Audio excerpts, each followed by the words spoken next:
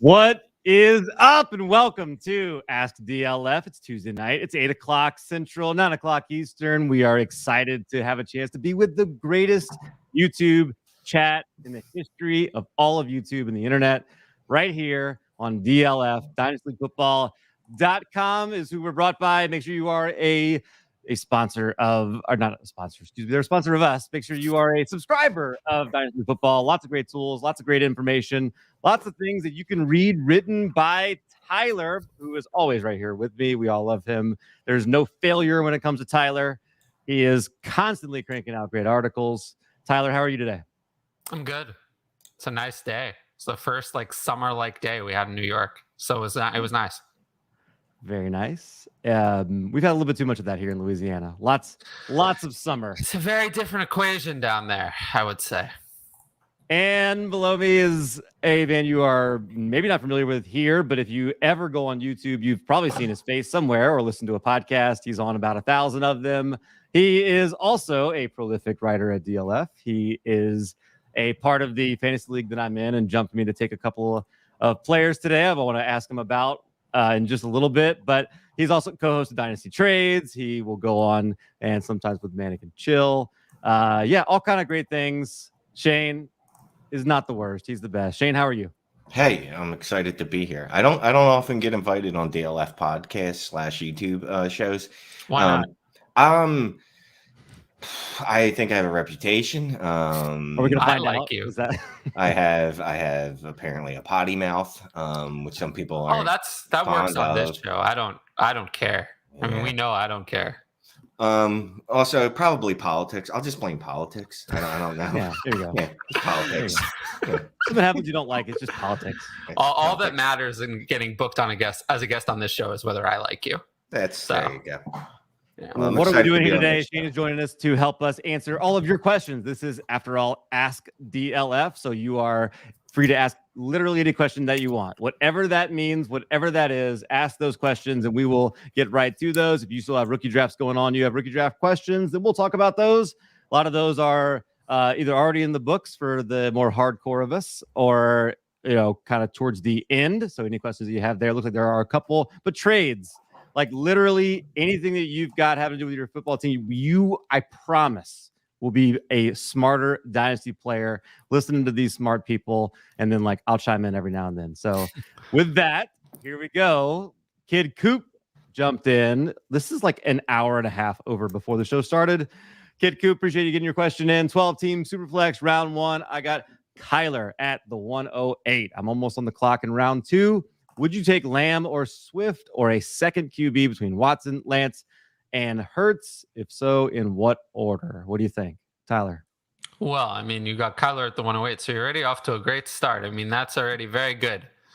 And then, in round 2, I don't know. I feel I guess if Watson's there, I would probably take him. I mean, what I'm hearing on Twitter today, it doesn't seem like the suspension is going to be very long. So... if the suspension is not very long, then I don't know. It seems like you'd have a good quarterback asset there.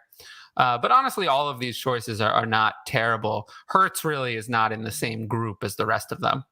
He's quite a bit lower for me. But I would take Watson. How does the Philly fan feel about that shot at his quarterback? I mean, so I'm with Tyler on the Watson thing because when it comes to Superflex leagues, I want to just beat you to death with my quarterbacks and I'll figure out the rest. I want to smack you in the face with Kyler and then in the back of the head, just club you to death with Watson as soon as he's allowed on the football field. After that, I'd probably take Hurts over Lance, which might seem crazy because Lance was a top 3 third overall pick. Yeah, and they traded everything to get him. But it might be the Eagle bias in me with Hurts, but I really think he's going to take another step forward. He improved a lot over last year. I wouldn't even think about Lamb or Swift, to be quite honest with you. It's going to be one of those quarterbacks, and quite honestly, it's not close between Watson, Lance, and Hurts. It's Watson, and just you're going to eat 6 games. So pick up Jacoby Brissett. Yeah, or the still present, but not going to the Bahamas, Baker Mayfield over there. And I like there was somebody, I forget who it was, but they keep saying that like he should just show up to everything, and like that is absolutely what he should do. He should just be at he should go to the Bahamas with them. I think that's all that stuff. Force the trade. I think that's Twitter, Florio. Pro Football Talk is saying he should show up. Yeah, that he should show up to everything. Well, then it's the one thing I've ever agreed with him about. So yeah. According to the ADP, I wanted to look up. Deshaun Watson is by far, I guess, the highest among this group.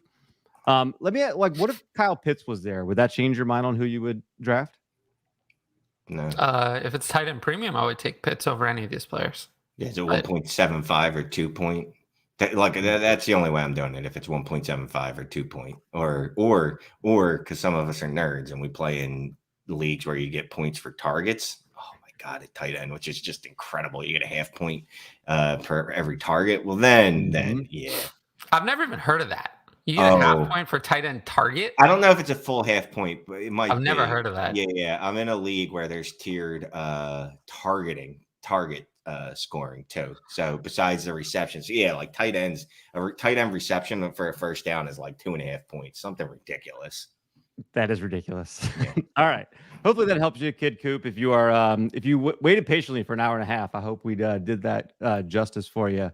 Hopefully he's still watching. Or how sad would that be if he just he never even heard this answer? I know, right? Tyler, you should answer it anyway in Ask DLF weekly column.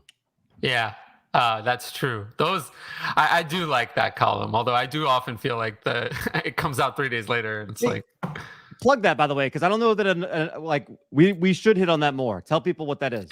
We should hit on it more. I mean, it's a column I write about some of the questions from the show. I do realize that oftentimes those questions are it's way too late for them. The reason we write the column is one, to promote the show, but also because it lets me highlight some of the tools that DLF has to offer. Since I can write about anything I want, it's easy to pick the questions that allow me to highlight the tools the best. So that's the other reason we actually do that article. But yeah, it's nice. I mean, you can go read some long form stuff from me because most of my articles are just the templated ones. So it's rare that I actually get to write about anything else. Well, definitely make sure you check that out. A lot of times it's stuff that it just takes a little bit more detail to go into than we maybe have time here as we're trying to answer a ton of questions. Not always, though. Sometimes I pick out trades just to highlight the trade finder and the analyzer. Henry's got a few for us. Henry is a legend. I don't know if you know Henry Muto. Shane, Henry is a legend, been around for a long time. Henry had 140 something leagues, I think he told us last year. Yeah. So, yeah. 12-team PPR, start 3 wide receivers with 2 flex. I had picks 3, 10, 22, 34 to start. Traded 3 and 10 for 4 and Judy.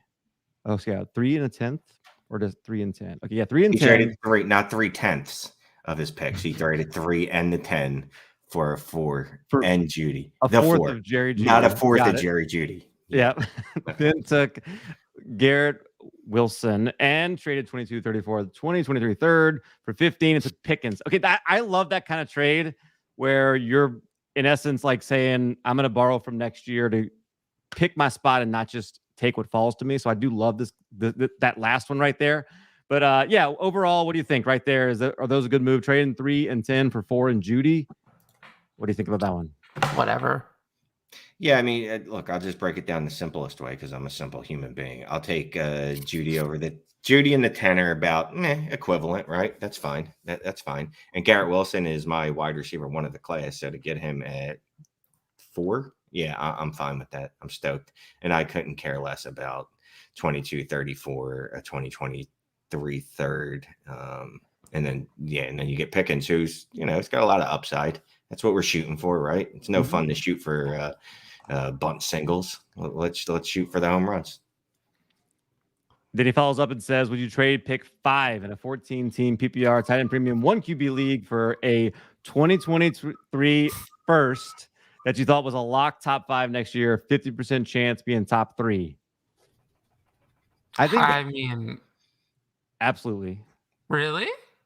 Dude, go hit accept. Stop watching. I mean, come back, but go hit accept. I think I might do this if it was a random 2023 first. It'd be close.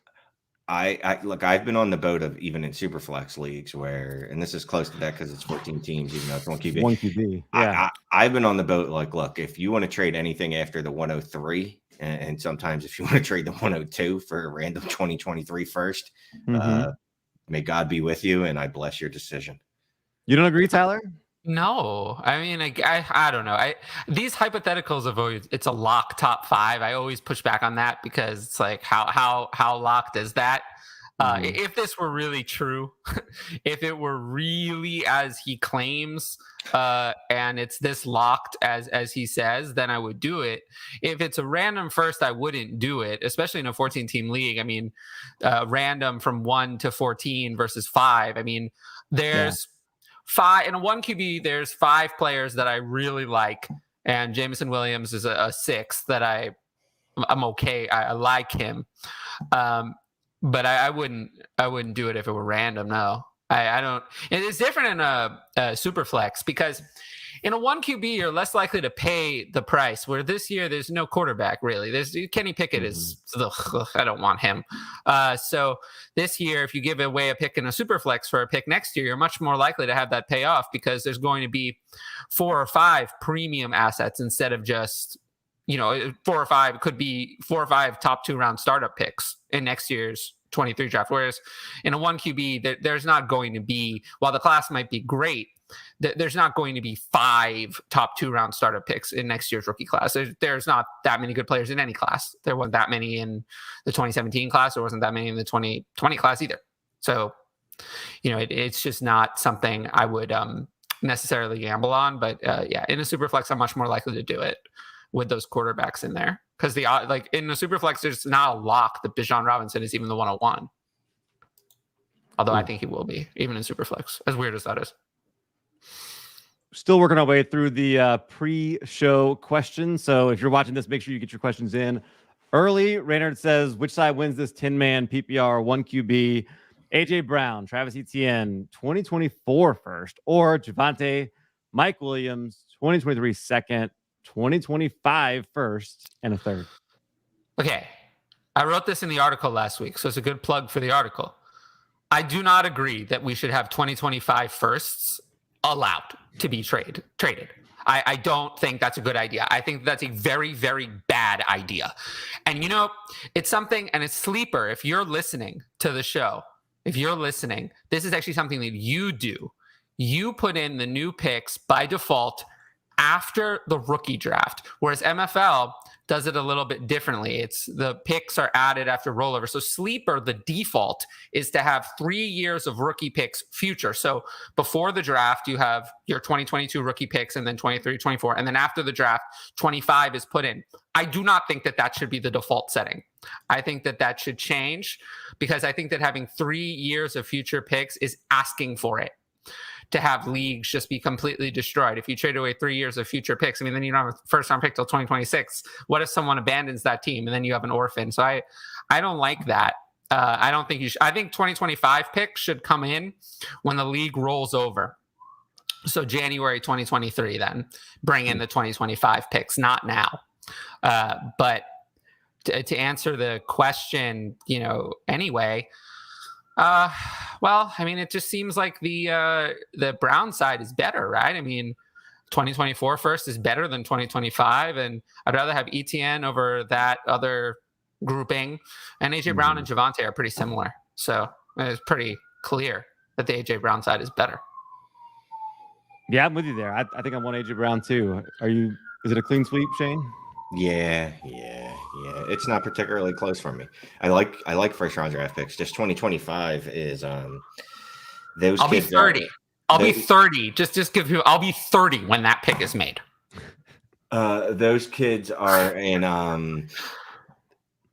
10th grade right now. 10th grade. So no, look. I'm usually like 2024 first is about as far as I'm willing to go out, because I can still. Well, enough information on the class, but 2025, I'm not with Carp. I don't care if it's tradable as long as people pay. If people pay, but that's again not the default in most leagues. The default, it should be then. Well, let's put that out. Anytime you're trading a future we first, we can put that rant in the next article because I was kind of a rant about 2025 picks. I can put the rant of I think anytime you trade your future first, you should have to pay for that year. I totally agree, but that is not the standard. No, it should be. It should be. Definitely. It should be, but it's not. Well, do better, people. Oh, I agree with you. I mean, this is why we have so many leagues folding and why people turn to, third-party commissioners or other services that guarantee that the league won't fold. I'm going to actually start rules. I'm going to start a third-party commissioning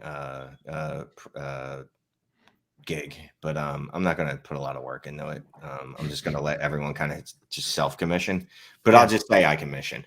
You know what I mean? I see. That sounds like a good business model. Yeah. Tanya comes back. Dynasty. I assume this means contract league. Which of the following players would you go all in on for the next 3 years? So I don't know that any of these you want to go all in on the next 3 years, but you sometimes on these leagues you have to have a 3-year contract on a certain amount of players. So that may be the situation that he's in. Superflex, half PPR, Kamara, Allen Robinson. I'm assuming Keenan Allen based on the context of the question, and then Leonard Fournette. Man, so yeah, I mean, if you have to, I mean, wide receivers because the shelf life is longer, right? And Fournette and Kamara are both on borrowed time at this point. They're already past the age cliff. Anything they do now is a surprise. Mm-hmm. Now the caveat is, am I willing to eat salary for a title next year? Because if I am, I might be all right with going all Fournette and Kamara, depending if I can get any kind of discount on his prison time. If they're going to cut some of that salary off for me. I don't think any of these players are going to give you anything in 2024, though. If you have a choice, I don't think you do any of it, right? Like, if it's all or nothing, I want none of them. I'm just taking out what's on the board. Yeah, assuming you have to, I guess. I would take Kamara and eat the time also. Because Keenan Allen is what? He's 30 right now? He's already 30. Yeah. So Keenan Allen's actually farther along the age curve than Kamara. Yeah. And then A-Rob turns 29 in August. Yeah. But he looks like he's 39. So. Right. Jake is rebuilding an orphan team, 12-team Superflex. Tight end premium have Zeke and Kamara. What should I look for in return? This is tough. These are two assets I don't feel like you can trade. But if it's an orphan and that's all you have, I mean, but what are you getting for him? I guess is the so here's the thing. I go to the DLF trade finder, right? That's where I am. You're going to look those players up and see what kind of trades are sitting out there in the real world. And in the real world, you're looking at things like Keenan Allen and Brandon Cooks for Alvin Kamara. Oh, that doesn't help though. No. A 112 Russell Gage and Marlon Mack for Alvin Kamara and a 2.8. The problem is you're looking to sell old running backs in the offseason when nobody's scoring points. So old running backs literally mean absolutely nothing to anyone. Wait until points matter. And then you look to move these guys because no one's going to care about them until no one's going to care about these two or want to pay up for them anytime soon. And I know like your first instinct when you get an orphan is to just annex the whole team. Have a little patience, keep it in your pants for a little bit. These two are not the same. Like, I think the second that you see Ezekiel Elliott take the field this year, whatever his sell value is now, it's going to be 20% of that in like 2 weeks. It's not good. It's not going to be good. Whereas Alvin Kamara, I think Ezekiel Elliott is washed, done, finished. Whereas Alvin Kamara, I think still has it. I don't think there's anything. He didn't look washed at all. Alvin Kamara looked great. Whereas Ezekiel Elliott is finished.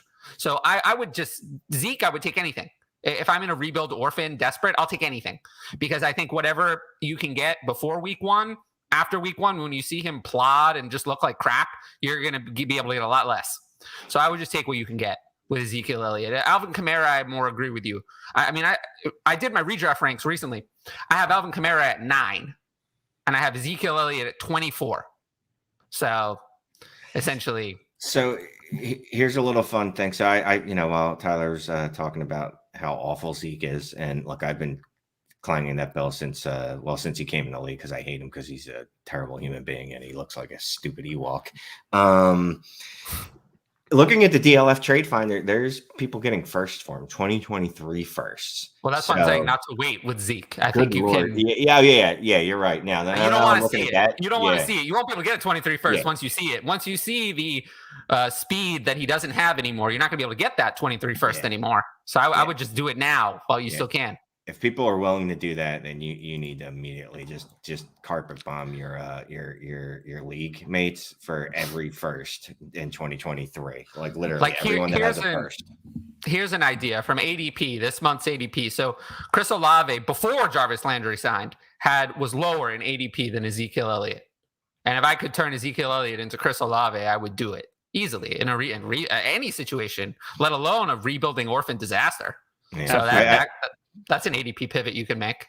There's any of the big 5 wide receivers I would take over that. Well, you can't get probably the other talk ones. But you could probably talk me even in the Sky Moore. I could be like, I have Sky Moore ranked ahead. I have Sky Moore over a round ahead of Ezekiel Elliott in my own rankings. So I would do that.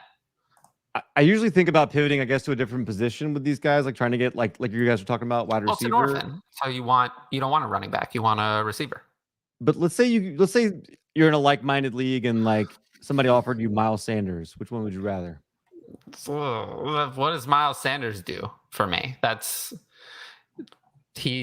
don't want Miles Sanders. Could I argue there's a better chance he looks worth trading for? No, because I think that people hate Miles Sanders even more than Ezekiel Elliott. I don't know. There's this large contingent of us, and I remember we had this conversation in the chat, right, where we were like, I was like, everyone's over Miles Sanders, and then the chat showed me that I was wrong. Like there were people like, no, I still believe in him. I can see it because he looks so good for short flashes. I don't want to get hurt like that again. I'm not going to do it. No, I'm going to, like Tyler said, I'm not pivoting to Miles Sanders. Maybe Elijah Mitchell. How about Elijah Mitchell? You give me Elijah I'd Mitchell. rather have Elijah Mitchell. Love that. Okay, Yeah, I'll do Elijah Mitchell. I don't know if you can get that done. I don't know who's giving that up, I guess, is the... How about if James you want Cook? Another sneaky idea, if you could pivot from Ezekiel Elliott to either Devonta Smith or Amon-Ra St. Brown, they lost value when other receivers were brought in. People might be kind of not liking those players, but maybe you could, if you're in a rebuild, you could pivot to them because I don't think either of them just became bad overnight. I mean, they still have talent there. So it might be a good time to pivot off of Zeke to one of those guys. That's another thing you could try if Olave doesn't work out, because there's hype around Olave. He was just drafted. People are excited, whereas like Amon-Ra and Devonta Smith, maybe not as excited. So you might be able to get those guys. Very good. Hopefully that helps. I know those are the kind of things that I think a lot of people really are dealing with right now, and that really is, some of those decisions are tough. I have a team where I was competing, so I didn't want to get rid of Zeke, and I'm just kind of left holding it now. And I didn't win the championship. I probably can't carry the same team in and expect to compete, and I need to rebuild, but I can't get anything. I even offered to do a Russ Fisher special where I would post it on Twitter, and I couldn't get any bites. I mean, so that's the story with running backs, though, right? You'd rather be a year early than a year late, because if you're a year late on them, you're really like 2 years too late on them. I know. It's really sad. Like there's nothing you can do. Like they're just going to retire on your roster. And that's fine if you're cool with like RB3 weeks and then, spike RB2 weeks when everything goes right. Well, Ezekiel Elliott, after the first few weeks, didn't have any of those. I mean, after the first few weeks of the season, he just looked like, he was 100 years old. He is actually 100. They lied about his age. Stefan Peterson chimes in here. He says his girlfriend's always around when watching, and had a question of her own. What are your zodiac signs? I had to look it up because I thought it changed. What's what zodiac? How old are you two? What the come I'm on. Aquarius. No, but did it change? I didn't know it was Aquarius. No, are you sure? No, they've been the same since people have been reading them in the paper since like the 40s. Oh, I don't know anything about the zodiac, but I do know that. Well, the Zodiac was a serial killer. Yeah, I know that. That one I know. I know that the Zodiac killer is a thing. Yeah. But I don't know what my zodiac sign is. My birthday is February 12th. If that does it, is it? I'm gonna say you're a well, I only know two, and one's because Cal named it. Oh no. No, it's not. I know it's not me. I'm a Scorpio. And Stefan. Oh, that explains a few things. I know what a Scorpio is. Yeah. So if your girlfriend knows anyone that gets along with Scorpios, hit me up. Oh my God. Yeah, there's Aquarius, there's Scorpio, there's Gemini. You're the rat, Gemini. I know Aquarius because because the crab one. Because of the song. Cancer. Yeah. Age of the Aquarius. Yeah. Yes. Yeah. All right, next question.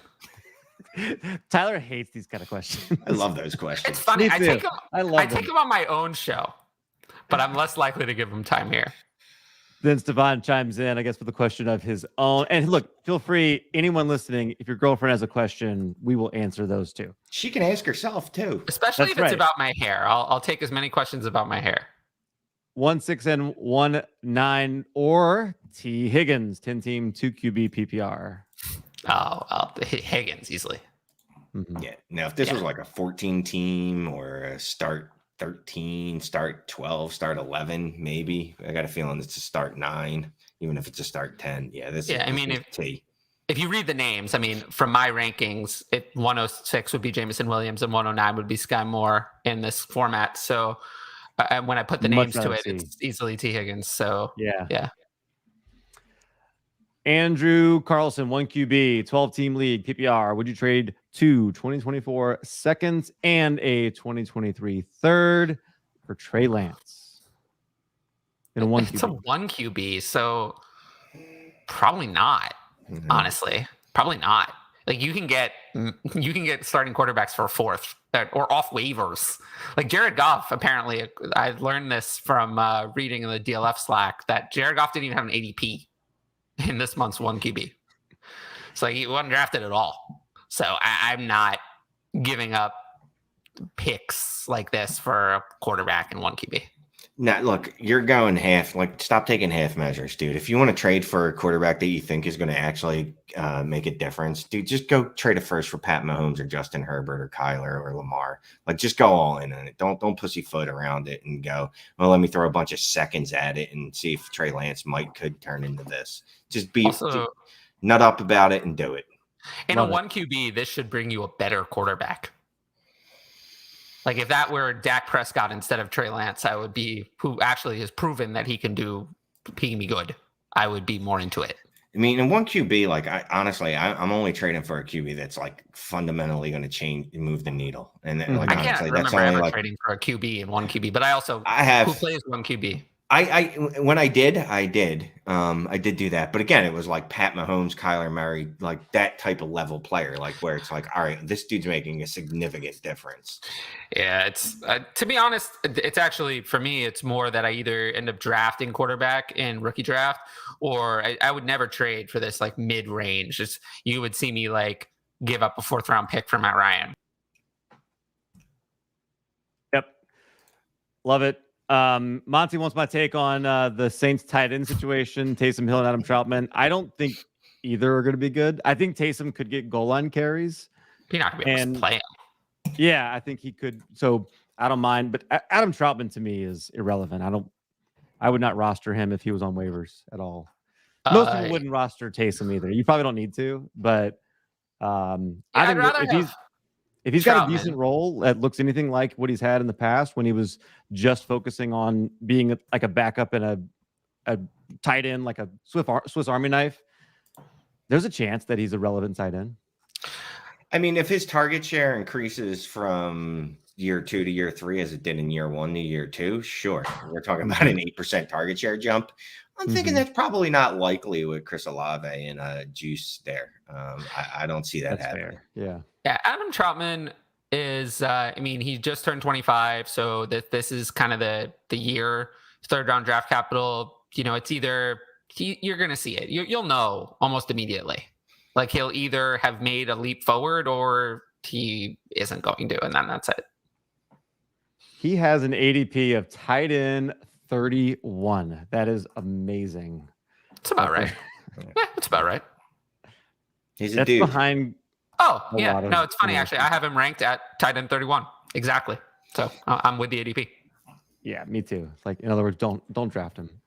Henry knows that you love these kind of questions. We talked a little bit about Miles Sanders. Would you rather have him or Clyde Edwards-Helaire? Well, yeah, there's a lot of failure in this question, but oh man, I mean, Shane, you can go first. Yeah, this is going to be Miles Sanders, because the difference between Miles Sanders and CEH is that Miles Sanders is actually talented. What has generally stopped him has been himself. He's never played more than 6 games in a row, which is just impressive. Like, I'm almost impressed at that. When I read that the other day, I didn't pick that stat myself. I read it in CSN and I said, wow, how do you not play more than 6 games in a row? Wow. He's a good receiver. He does dumb things, though. Like, he runs out of bounds when the Eagles are trying to stop the clock on back-to-back plays. He's a good receiver. Well, not since 2019, he hasn't been a good rookie receiver. Season, he was excellent. But that was a long time ago. In 2020, he was the worst receiving running back in the NFL. But my point is, CH has never shown to be any good at anything. He had a CH is terrible at everything. Yeah, terrible at everything. Stretch last year where we started to believe, and then he got hurt. I will say that CH is very lucky that they replaced his backup with a much worse backup. I think that they were better off with Darrell Williams. When Darrell Williams played, the offense looked better. And then when failure came in, the offense clearly took a step back. And now they have Ronald Jones, who's good for one mental mistake every 5 minutes. So that just sounds even worse than, Clyde. But I'll still go with Miles Sanders just because they didn't add anybody either. Yeah, I'll tell you, if anyone offers me Miles Sanders for my CEH shares, I'll do that trade straight up, even though I generally don't do running back for running back trades. Yeah, I have Miles Sanders and redraft, though, at 27 and Clyde at 28. So I'm not expecting fantasy viability from either player in 2022. Me neither. They're literally right back to back in ADP. So good question, Henry. G Money, 12-team Superflex, half PPR. I got offered a 2024 first and Robert Woods for Chase Claypool. What do you think of the value, and what's your view on Woods? Look, I've been a Robert Woods fan since not Buffalo, because he was an absolute trash can in Buffalo. But I was singing his praises ever since then, and now it's time to move on. If I can get a 2024 first for him, the only thing is Claypool, man. The upside is there that he could be so much more, but in half PPR. Anyway, back to Robert Woods. I mean, he seemingly has a chance to be the wide receiver 1 in what do you call that place? Tennessee, right? Tennessee. Burks is the one. Right. Well, even if Robert Woods was the one, though, we're talking about 120 targets. Robert Woods isn't the kind of guy that's really going to smash on 120 targets as much as I love Robert Woods. Give me something a little more. Just get something else thrown in, and I'm probably going to take that pick side. I'll just take the first over Claypool. I'll take any first over Claypool. I mean, Claypool just sounds, we're on a trajectory of failure. So I don't, once we start with failure, it's always downhill from there. So I don't really want any part of that. So I'll go with the first. Read that trade wrong anyway. I got offered 2024 first and Robert Woods for Chase Claypool. Oh, smash. Yeah, smash. Yeah, do that. Robert Woods is done, by the way. He's done. I don't have any interest in him at all. Jesse Real, hey guys, I hope you're well. Brady was cut in my league after he retired. Where would you take him in the rookie draft? Bets are included in our draft, 12-team, Superflex, PPR, non-tight end premium. This happened in one of my leagues. I'm going to go look and see where he went. And what do you guys think if he was available? I'll take him before Kenny Pickett. He went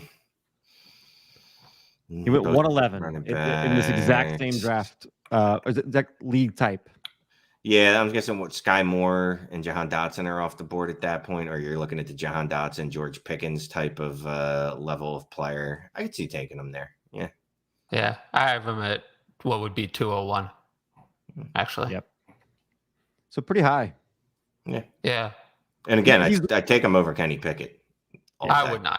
No, I would. Not without a doubt.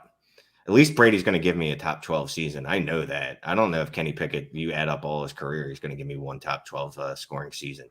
Add it together. He's going to have opportunities, though, which mean to me at some point he's going to have more value than he has right now. In theory, yeah. Or he'll go out there and he'll Daniel Jones it all up, and then people will tell you, "Well, I got a first for Daniel Jones 4 years ago."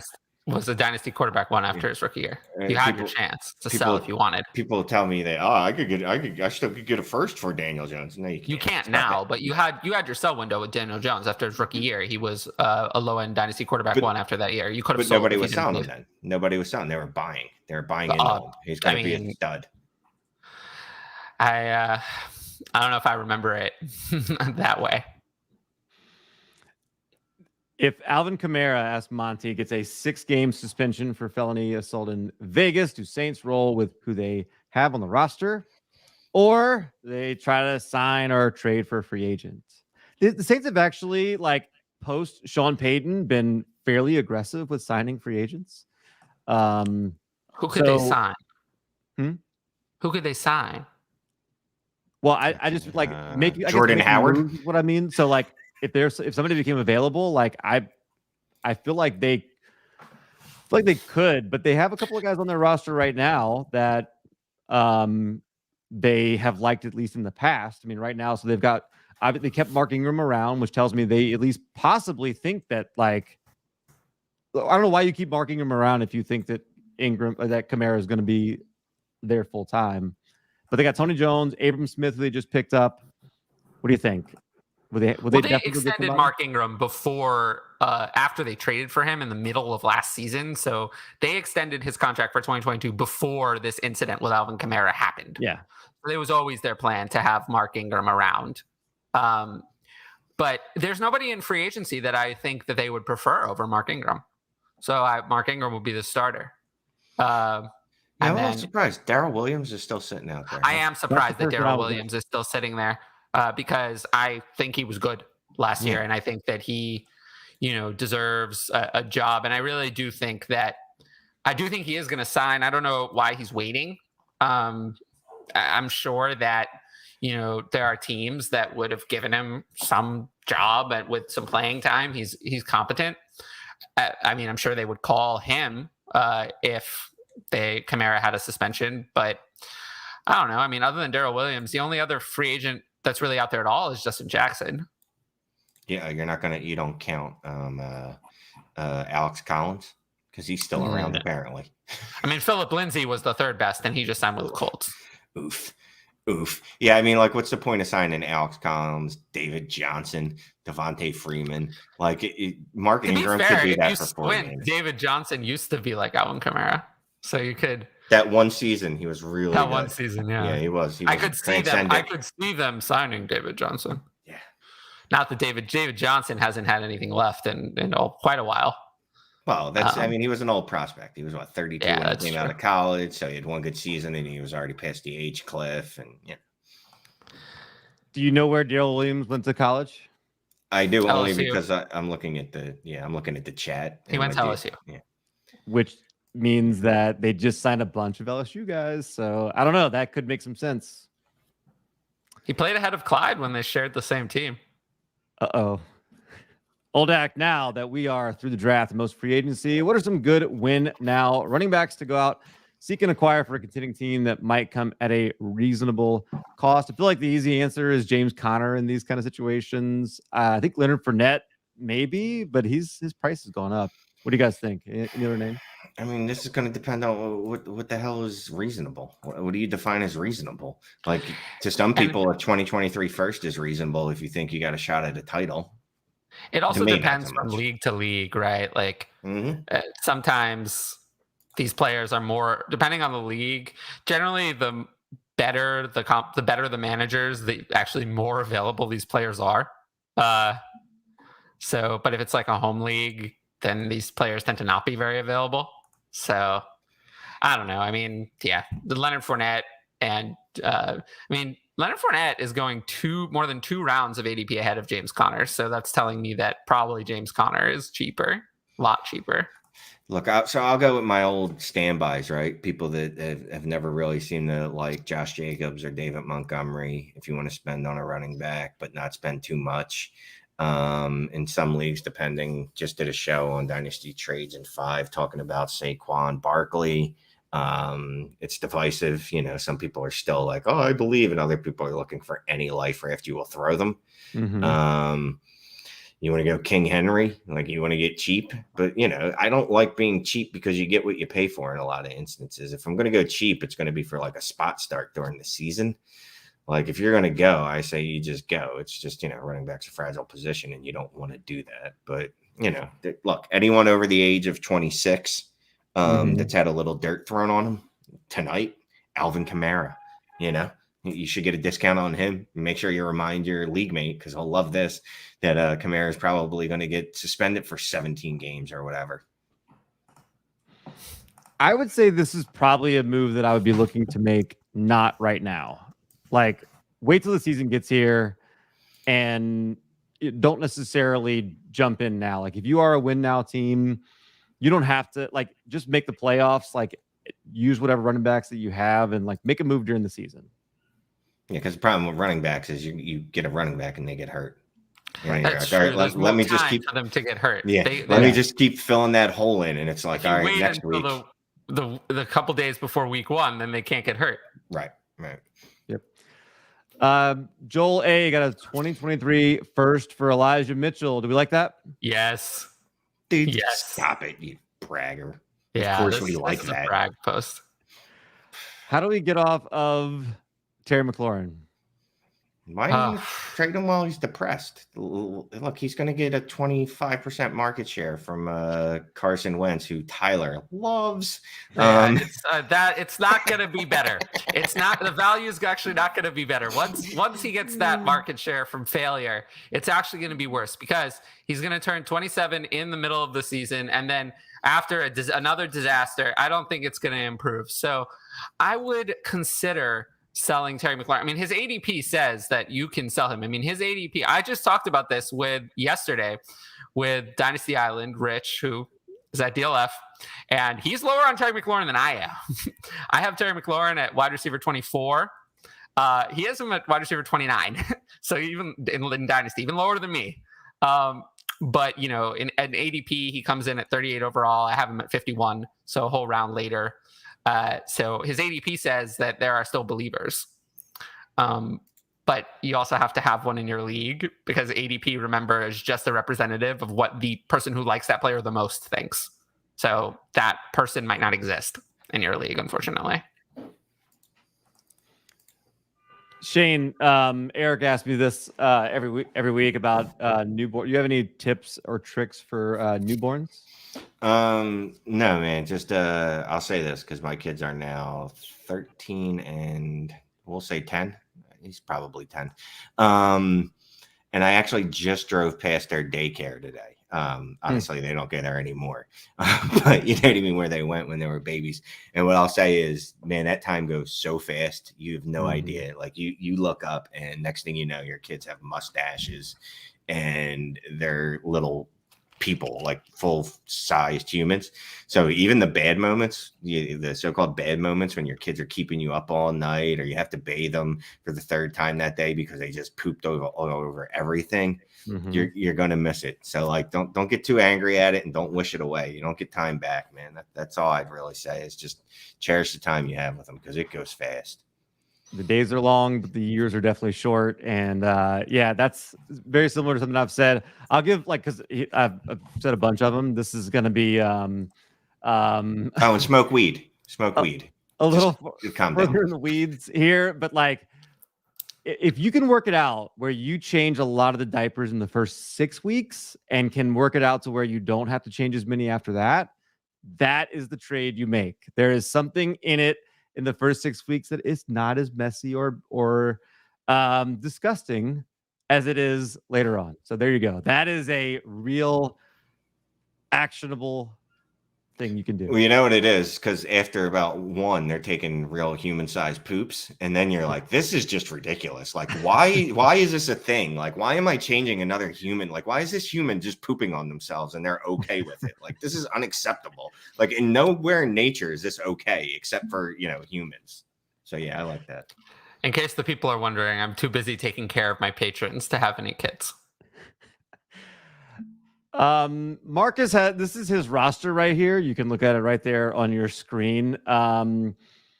And doesn't really have much of a bench. Has the 2022 107, 2023 first. Keep the picks or go all in. I guess more just from a strategic standpoint. Is this the way you would be thinking about your picks? So he might not like this, but I'm assuming it's a super flex. I don't really know that you're all in material with Trey Lance and T-Law. And don't take that personal because I loved both those guys coming out. But they both hurt me deeply last year. You got 223 first. I mean, honestly, I might look to see if I can pivot off of T-Law, throw in a first and see if someone else in my league still believes with them and I can get an actual legitimate like stud quarterback. You might be able to do that with me. Yeah. Do that with Carp. Quite honestly, I'm not a big fan of Antonio Gibson. We don't want after Washington. We don't Gibson and Dobbins, those two. We don't want. I don't approve of them because I think that they're going to lose some value this year, especially Gibson. Gibson, I'm just done with. There's my advice, man. Take T-Law and a first, 2023 first, and go get yourself one of them fancy quarterbacks, one of them Lamar Jackson, Kyler Murray type peoples. But this team is a contender. I mean, no. I'm not saying it's not bad at all. You got you got Justin Jefferson and Jamar. Like there's weeks where you're just going to beat everyone to death because your wide receivers drop wide 90 receiver points. 1, 2, and 4. And Javonte. So. Yeah. No. Not bad, but I just don't want him to overstate where he's at. With the this honestly looks like a team I could have if I drafted it last year. If I drafted, this is a team I could have, a team I would have drafted with all these young players. Honestly, yeah, I have a lot of T-Law. I don't want to talk about it. Would you trade Gibson for Kamara? Yes, but I'd rather do something else. Yeah, have Kamara ranked higher if that's what you're asking. I'll defer. I probably I'll go ahead. Yeah, not that you would necessarily, I guess, but if Gibson comes out and it really isn't great, like his value's going to tank. People are same. I mean, yeah, but here's the thing. So even if Alvin Kamara runs for 2,000 yards next season, his value's still going to go down. He's a 27-year-old running back. Like, you know what I mean? Like Derrick Henry, like, I don't know, what did he run for? Like 3,000 yards and his ADP dropped the next season. I mean, and it should have because he turned 28 or whatever. So I understand it. It's just, that's not the pivot you ever want to make as a running back to an old running back. No, like, God, you're clearly buying into the rest of Kamara's career if you do a move like that. Like, you're not doing it because you're going to flip him later or something like that. But like, it's when you've got Jamar Chase and Justin Jefferson, I feel like you're in a championship window and should. Well, I mean, the window with those two is honestly, if you're not moving those guys, which I would hope you're not, your window's a lot longer because they're wide receivers and they're both 13 years old. So your window is pretty long there. Like AJ Brown at 24 is the old man of the crew. You know what I mean? You're good there. I don't want to pivot from running back to running back. I don't want to do it, and you can't make me. I don't care how nice your hair is. Let's see. Jordan Clark trade away Antonio Gibson for the 107 in a 10-team 1 QB. Figured that was probably the best deal I could get for him. That's what, Chris Olave there? Yeah, you know what's different in a 10-team 1 QB and Superflex draft this year? Almost nothing. Literally nothing, dude. Yeah, you're fine. You did good. It's fine.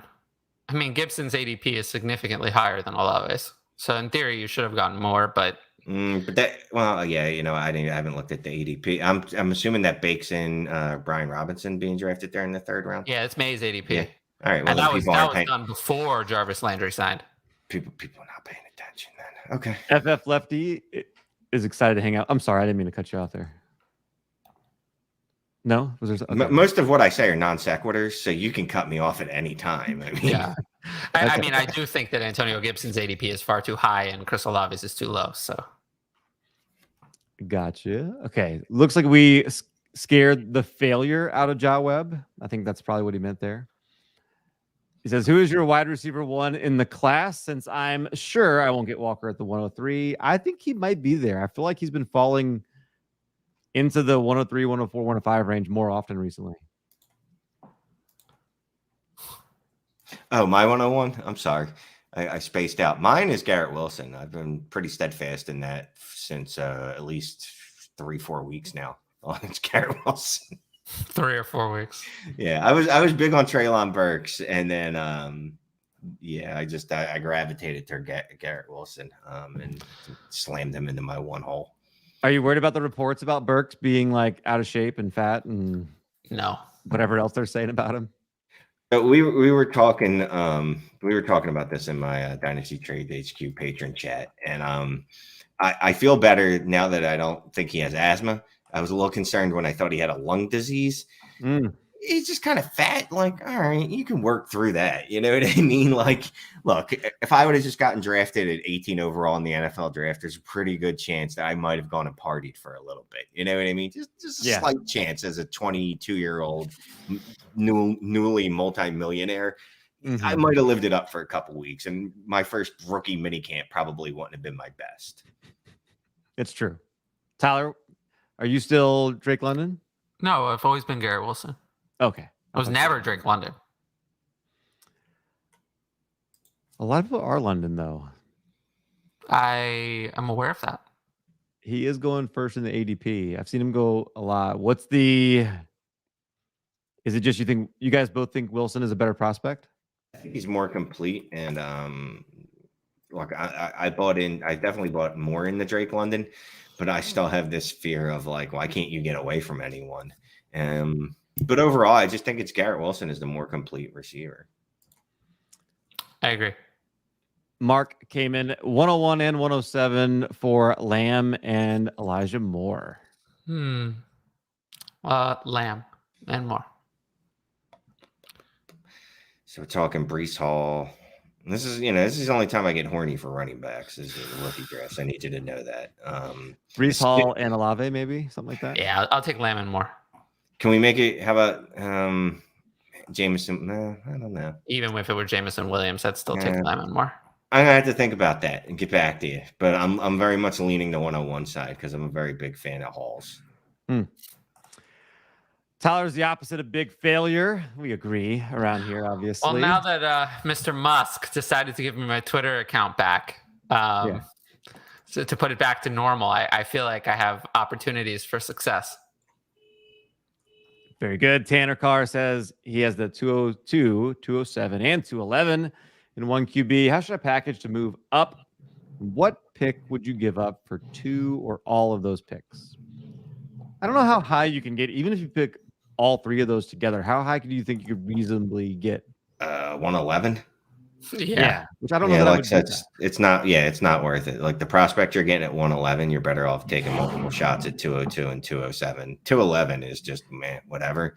But honestly, just stick it to 202, 207 unless someone in your unless someone in your league is just gonna just give you all right, well, 2 is more than 1, so yeah, here's the 105. It's not gonna happen. What do you think, Tyler? I can't imagine that I'm going to like the trade up. Yeah, I can't either. They're not. Let's see. Yeah, because I don't know.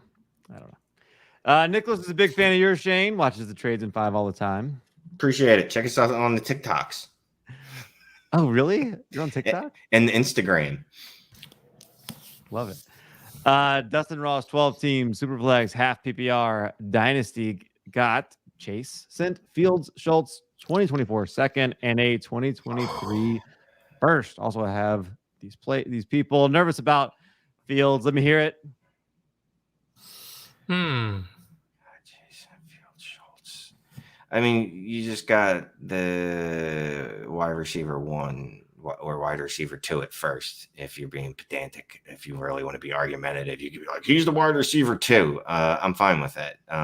If I'm trading Fields, like this is a return that I want. I sincerely could care. Oh, that 23 first. Oof. 23 first is worth a lot. Oof. Oof. This is a little, I mean, for me, this is like a little unnecessary.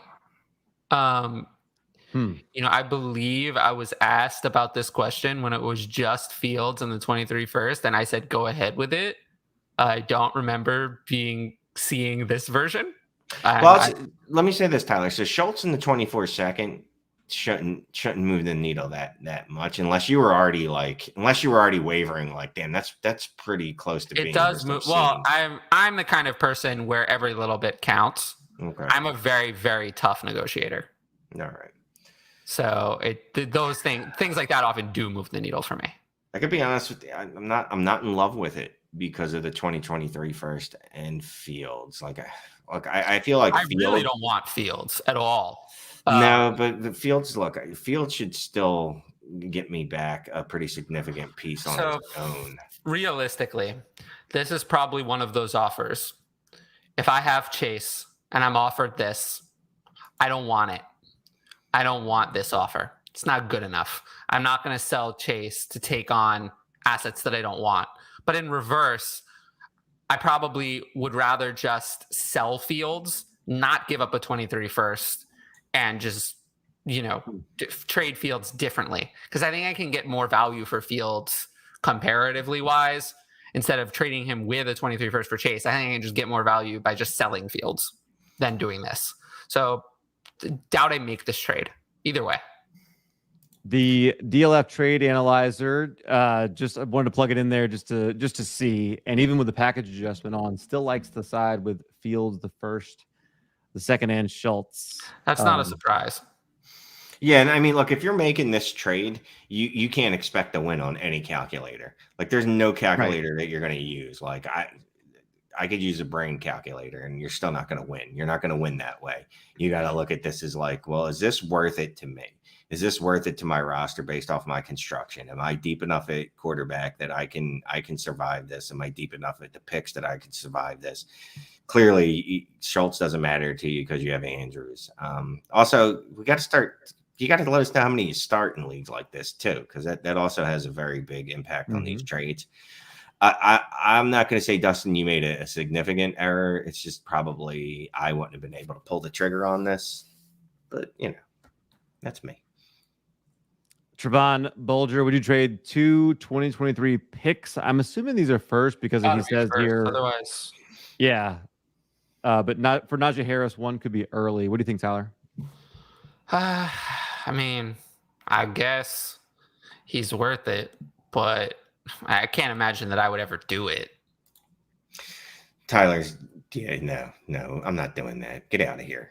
Look, either of those 2023 firsts are going to be better than Najee Harris. I'm already banking on it. Like, I could be wrong, obviously. But, that could be Bijan Robinson and Jamar Gibbs that you just gave up for Najee Harris, who will be in his age 26 season in 2023 when Bijan Robinson and the other kid, Jahmyr Gibbs, are going to be like 19 years old. I'm not super flex. Don't forget about the quarterbacks. I'm assuming this is super flex. I'm just assuming this is. Yeah. I'm sorry. If it's not, I still don't change my mind. I'm still not giving up 223 first for Najee. And look, I still think he's a top 5 running back next year. It's just that's how good that class is. And also, he's a running back, bro. If this is one QB, it's hard, considering that Najee Harris has an ADP of 4, to say that he's not worth 223 firsts. But, Yeah, team context might matter here for me. Look, I could defend it if you did it. It's not something like Tyler said. It's not something I would actually ever do. You know what I mean? Like, I think it's like against my religion to trade 2 first-round draft picks for a running back. I don't think I would. You'd never see me do this either. Right. Now, if it's Jonathan Taylor, I could go. If it's Jonathan Taylor, I would do it, but that's not the same thing. Yeah. It's like JT's here and then. Yeah. Nicholas wants to know how his draft looks. You got a quick grade for it? He got Wilson. He got Walker at 107. Well, I give that an A. Pickens at 109. I give that an F. Zamir White at 202. Another F. David Bell at 209. I like we'll give that. That's like a good. That's good. Mm-hmm. Whatever. Khalil Shakir at 303. Nah. And Justin Ross at 310. No. So, yeah, I'll give this a C minus. All right, bro. I'm going to give you a B because what really truly matters is the 103 Garrett Wilson, the 107 Kenny Walker, who fell to you. I don't know why, because apparently that league hates running backs, or maybe they don't start running backs. Maybe there's no starting slots for running backs. So if that's the context, please let me know that. Yeah, I've never seen him go below 103, really. So that is ridiculous. I mean, George Pickens, whatever. I like Bell at 209. I really do. Zamir White kind of early, right? Yeah, no, George. I would literally give the picks of Pickens and White. I would give those both an F. Yeah. They're really bad picks. But look, what wins? Look, anyone outside of the first round is a crap. I don't want to say crapshoot. It's about a 25 to 30% hit rate. So I expect those to fail anyway. So you shot some upsides with George Pickens, fine. Then you shot like David Bell is actually, Michael Thomas reincarnate. I'd rather have David Bell than Zamir White. I mean, look, the Zamir White pick, I'm not going to lie to you. I'm not a fan of it. I'm a fan of it there. I'm a harsh critic. Like, Zamir White at 303. Than I am on my Patreon. I'm even harsher. I love Zamir White at 303. Like, that's a great That would be much better. Yeah. At 202, you definitely had some meat on the bone there.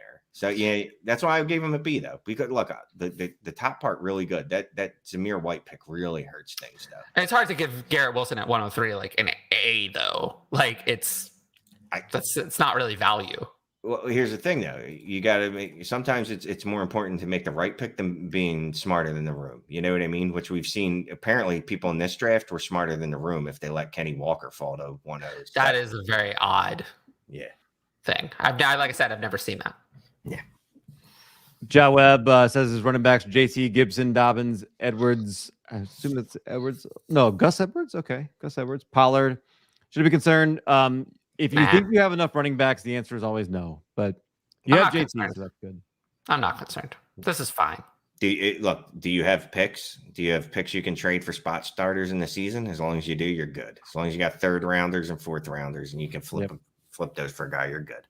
Mark Jankowski, what a nice surprise with Shane. The show is a 3-headed monster. People do like the 3-person format here, Shane.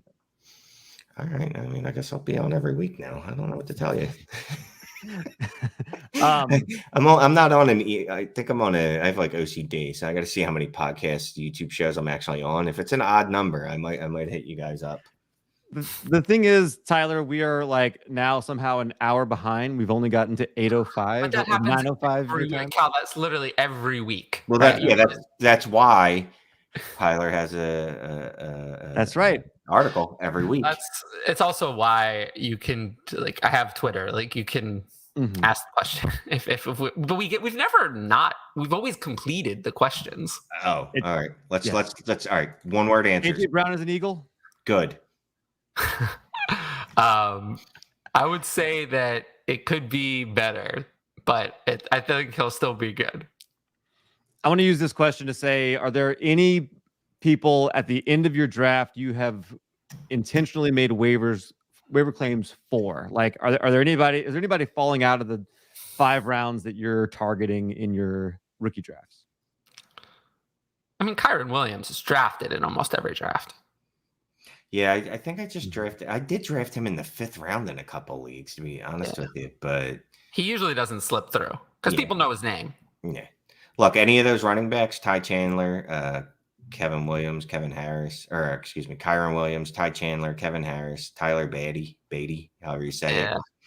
Kennedy Brooks has probably been the guy. That's the guy that's really making it through a lot of them, and I've been picking him up all over the place, mostly because of the situation. But yeah, of these, the only one that I have really any confidence in having any role ever is Kyron Williams. The other ones are a desperation player at best. I like Zaquandre White. That's the one that I hope he makes it there more. Not after they signed Sony Michel. No, he's just fun, and I'm rooting for him. So, Mark Galagos. Yes. Trade Gabe Davis for Jahan Dotson. Yes. I'll take Jahan Dotson. Yes. Me too. One's a first round draft pick. The other dude was a late round. Had one good game on the playoffs. Yeah. Maybe a strange question, says Seth, but it came up in a trade today. What is the value of Fab in a 12-team, 18-man roster? This, I think, is actually an underrated move that you can make with some of these people on your roster that you can't get rid of, is trying to acquire more Fab for that early season, go all in to try to get the hot name off the waiver wire or whatever. Like, I think this is something that actually could create value in your team. Also, 18 roster spots is very short. So the odds that there's a player on waivers is much higher. Mm-hmm. Agreed. So do you have like a rule of thumb for value for Fab? I don't think this has been explored enough in the Dynasty. Trading away picks to get Fab. If anyone's taking my 3rd and 4th round picks, I'll trade them for Fab. Look as shallow as this league is. There's going to be dudes that are getting cut for rookies because people are going to be like, "Oh, it's the new hotness." If they say, I don't know if kids still say that. I had, you're talking to the person. I had, I believe, 12 3rd and 4th round picks this year, and I have one of my leagues. I have 16 next year. So I think I see it a little differently.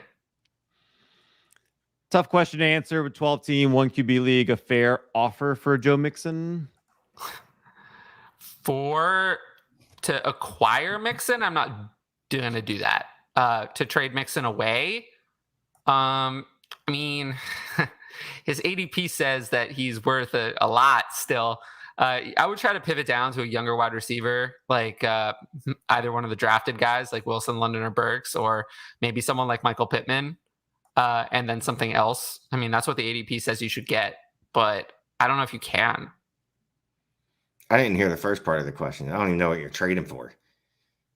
Trading for Mixon doesn't want to make an offer that it seems foolish. What's a fair offer for Mixon? I mean, this is kind of, we went back. I don't want to trade for a running back right now. Stop trading for running backs in the summer. Just chill out, bro. Yeah, I can't imagine that I will ever pay whatever the price is to acquire Joe Mixon. So I just took it as I'm trading the other side of the question. What if I have Joe Mixon and trading him away? Can you trade Darnell Mooney for him? Trade Darnell Mooney for him. Okay, I would do that. I would trade that tier of wide receiver for Joe Mixon. I don't think that's going to happen, though. If they're going to do it, we got to tell them to do it responsibly. It's like sex and condoms, you know? Texas Trill has the 201 in a rookie superflex. Would you rather go with the Pickens Dotson range, which I know how Tyler's going to feel about that, or grab one of the B tier running backs, which I assume is like Rashad White, or maybe James Cook is still on the board? Probably not. No, Cook won't be there. Damian Pierce, maybe. I guess I'll go with Dotson then. Yeah, I'm going Dotson. If you want to go another way because you want to switch it up, or if you're a portfolio player and you've drafted Jahan Dotson in 15 straight drafts, feel free to go after Rashad White. I am not drafting Kenny Pickens that high unless it's absolutely necessary. And I had to do that the other day in a league, and I gotta be honest with you, it didn't feel good. I'm still showering to get those effects of drafting Kenny Pickett where I did off of me. Vic, with high praise here, Tyler and Shane. Wow. I'm going to try not to take this offensively that I was not included in this. Tyler and Shane, wow. This happens on my show. Thank you so much. All right, Vic, I see how it is. Cal showed up, huh?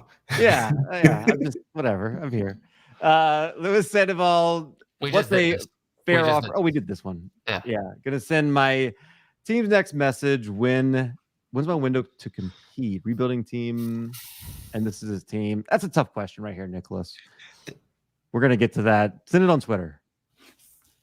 Mark wants to know if Jimmy G's odds of starting anywhere in 2022. I think they're pretty high, honestly. Yeah, he had a shoulder surgery already, right? Finally. Yeah, unlike the Browns, the 49ers have a $25 million of incentives to remove Jimmy Garoppolo from their roster, whereas the Browns have no incentive to do anything with Baker Mayfield. So there's no way that Jimmy Garoppolo, who is already mad at the 49ers, he's not going to take a pay cut and they're not going to pay him $25 million to be there. So he's going to be somewhere else.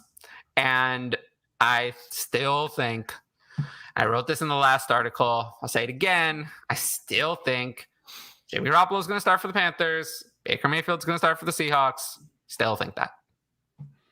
I wouldn't mind him starting for the Panthers. I'd be okay with that. I'm gonna put it. Matt Rhule's job is on the line. You think he's going to put his job in the hands of Sam Darnold and Matt Corral?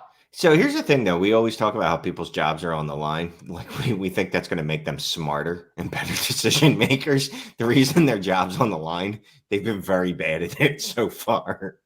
No, what I mean by that is they're going to trade away next year's capital that they're not going to see unless they have shown improvement this year. I honestly, I think if he was that concerned, I think he would have went with Kenny Pickett, because I don't know that Kenny Pickett is that much of a downgrade, or if a downgrade at all from Jimmy Garoppolo. But I'm going to give, because I don't want to be the mushy mouth guy that's like, oh, 50-50. So I'm going to go 40% that he starts. It's close, but there's definitely a world I can see where he ends up just riding a bench for someone. Tyler, since you hate Elon Musk and Twitter, why don't you direct your followers to ask you a question in the comment section of your YouTube channel? Who said I hated Twitter? Yeah, Tyler doesn't hate Twitter. Tyler loves Twitter. Oh, okay. I definitely was frustrated with Twitter after they hid my account and did all those weird things to my account this week. I don't hate Twitter. I will say, and I said this on my show yesterday, I say it again, the days where I am going to answer as many questions on Twitter as I did, and, just kind of do a lot of that stuff, all those threads. Unfortunately, I think those days are in the past.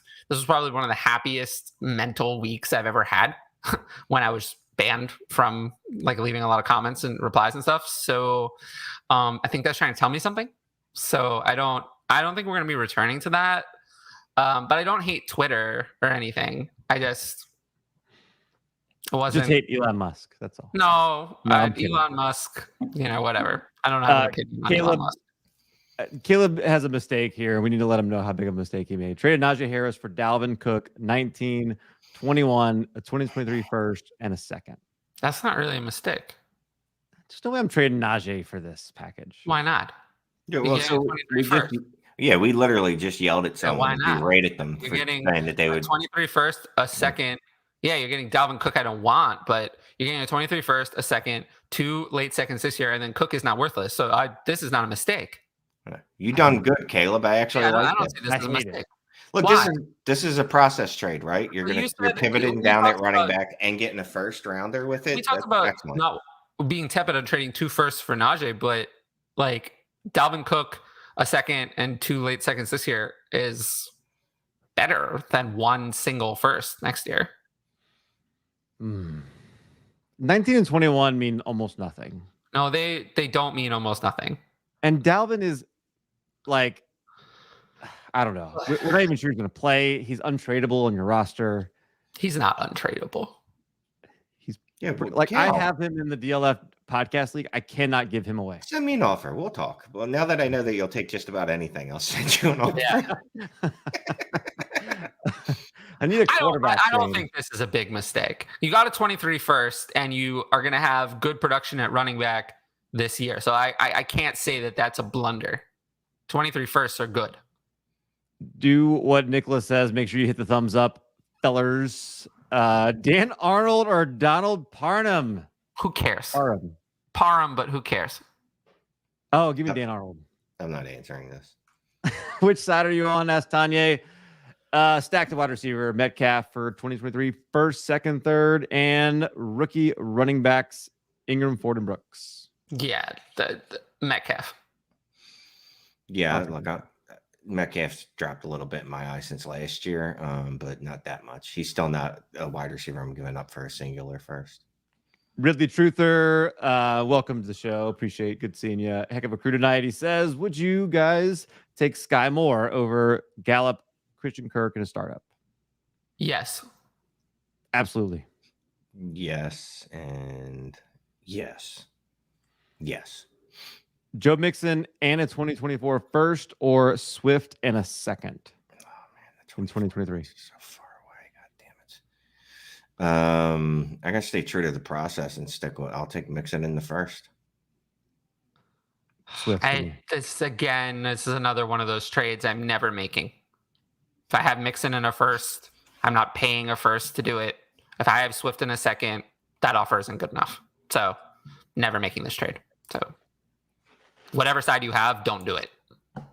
Dynasty strategy question: 2 super flex spots. Must start 2 tight ends. I have no first round pick.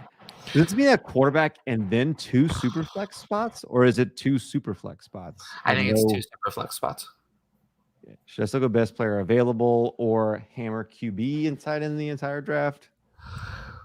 I mean, tight end is important in a 2 tight end.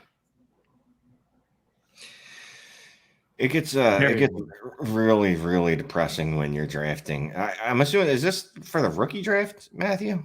Am I the only one that's confused and misinterpreting that? He didn't say. I'm assuming startup, just because he wants to know about what his strategy should be for the league. So I assume doesn't have any years under their belt yet. Yeah, this question is vague. Like, I'm thinking it's a rookie because he says he has no first round draft pick, and he didn't let. I don't know what you did here. I'm assuming it's rookie. 2 super flex. No, I'm not slamming the quarterbacks because they're trash in this class. And 2 tight ends. I tell you what, I might overdraft Trey McBride in this draft. I'm fine with that. Yeah. But go best player available. Yeah, if I were in a 2 quarterback league, I would create a ranking system for that. Mm-hmm. Or not 2 quarterback, 2 tight end. But I dislike 2 tight ends so much that I can't see myself creating a ranking system for that. Nicholas wants to know about trading for Jahan Dotson. Benjamin with the perfect segue. Dotson plus 2023 third or Carter plus a 23 second. Is that his value? I mean, honestly, like that's probably Michael Carter. That's probably relatively fair, but I would lean Jahan Dotson there. I'm slam dunking except on that Jahan Dotson side. Yeah, me too. Scuba Steve, as a contender, how many firsts would it take to move off of Jonathan Taylor? If you're a contender, I don't know why you would want to move off Jonathan Taylor. Look, so there's always this process, right, where you always move off of specifically a running back at their peak, right? And yeah. I understand that. So it would take 2 firsts and a running back. We're probably talking like Dalvin Cook-ish, Joe Mixon-ish level. So I don't know if they're going to be willing to do that or not, to be quite honest with you. Yeah, for me, it's not a number of firsts. It's going to take 2 very significant players. Like, if I could move off Jonathan Taylor for, I don't know, A.J. Brown and Breece Hall. How about that? I might do, but there's no number of firsts. What if you're not a contender? If I'm not a contender, then I would try to go. I mean, the first thing I would try to do is trade him for Chase or Jefferson plus. That's the first thing I would try to do. If that won't work, then I would just go down and look at like, can I get like T. Higgins and 2 firsts for Taylor? That's pretty good. 10 team, 2 QB Mixon for Terry McLaurin in the 2-4. I just don't want Terry McLaurin. So I actually think, even though I don't really want Mixon either, I feel like Mixon is worth more than that, to be honest with you. Yeah. I probably hold whatever side I'm on, to be quite honest with you. There's not enough of a value difference in the 2 players. That's one of the ones where if I'm a contender, I'm okay giving McLaurin in the 204 for Mixon. If I think I'm okay with that. McLaurin's not that young. If I'm a contender and I need a running back, I'm fine with that. If I have Mixon, I'm not doing this. I want more or something else. Would you trade a potentially late 2023 first for DJ Moore or Terry McLaurin? Moore, yes. McLaurin, no. I concur. Agreed. Let's see. I'm going to skip around a little bit here. 12-team Superflex 108, 308 for 2023 first and Van Jefferson. 23 first, easily. Yeah, I was on the fence, but then I saw Van Jefferson, and I was like, slam. Yeah, Van Jefferson is such a big deal. Any dynasty value for Jarvis Landry being with the Saints? Well, I did a video on my channel about Jarvis Landry. It's only 60 seconds, so it's very short.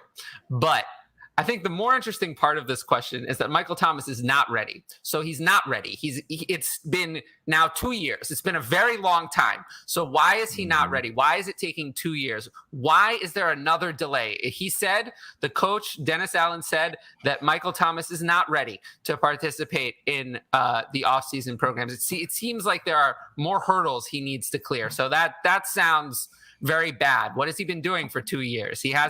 How is it taking this long?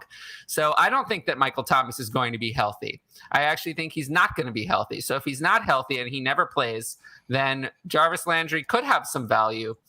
But I'm not honestly overly excited just because he's already 29. I think his ceiling is like wide receiver 30. So like, that just doesn't do anything for me. That's what we call a roster clogger. Yeah, I was just looking at his target share. He was fifth, going back 3 years. He was fifth in the league, 17th and 18th, and he still was terrible. I mean, terrible is a relative word. He was a wide receiver 3 and a wide receiver 2 in one of those years. No, I don't see it. I mean, he'd have to go back to the old days in Miami where he's getting 30% target shares, and even then, he would just be pushing top 15 production. And I don't see that happening. Assuming that Thomas plays, I have Jarvis Landry in redraft ranked as wide receiver 49.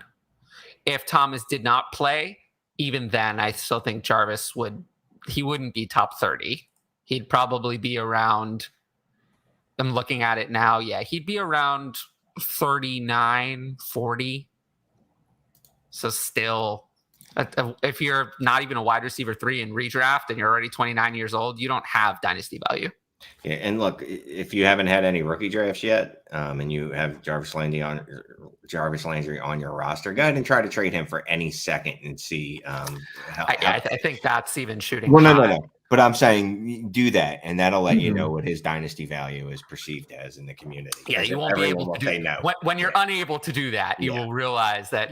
But if you want to trade it, maybe you can actually trade. How about this? Package Jarvis Landry with maybe a mid-third this year for a second next year. If there's someone likes on the clock, how about that? That is actually something I think you might be able to do. Here's some from the trade finder: Jarvis Landry or a 2023 third. That's okay. I mean, if you're rebuilding, sure, I'll take a third for him if it's that or nothing. Yeah, at least you get the available roster spot. Yeah, if it's that or nothing. If I'm rebuilding and it's that or nothing, I'll take the third. If that's the context. This one seems easier: Jarvis Landry and a 2023 third for 201.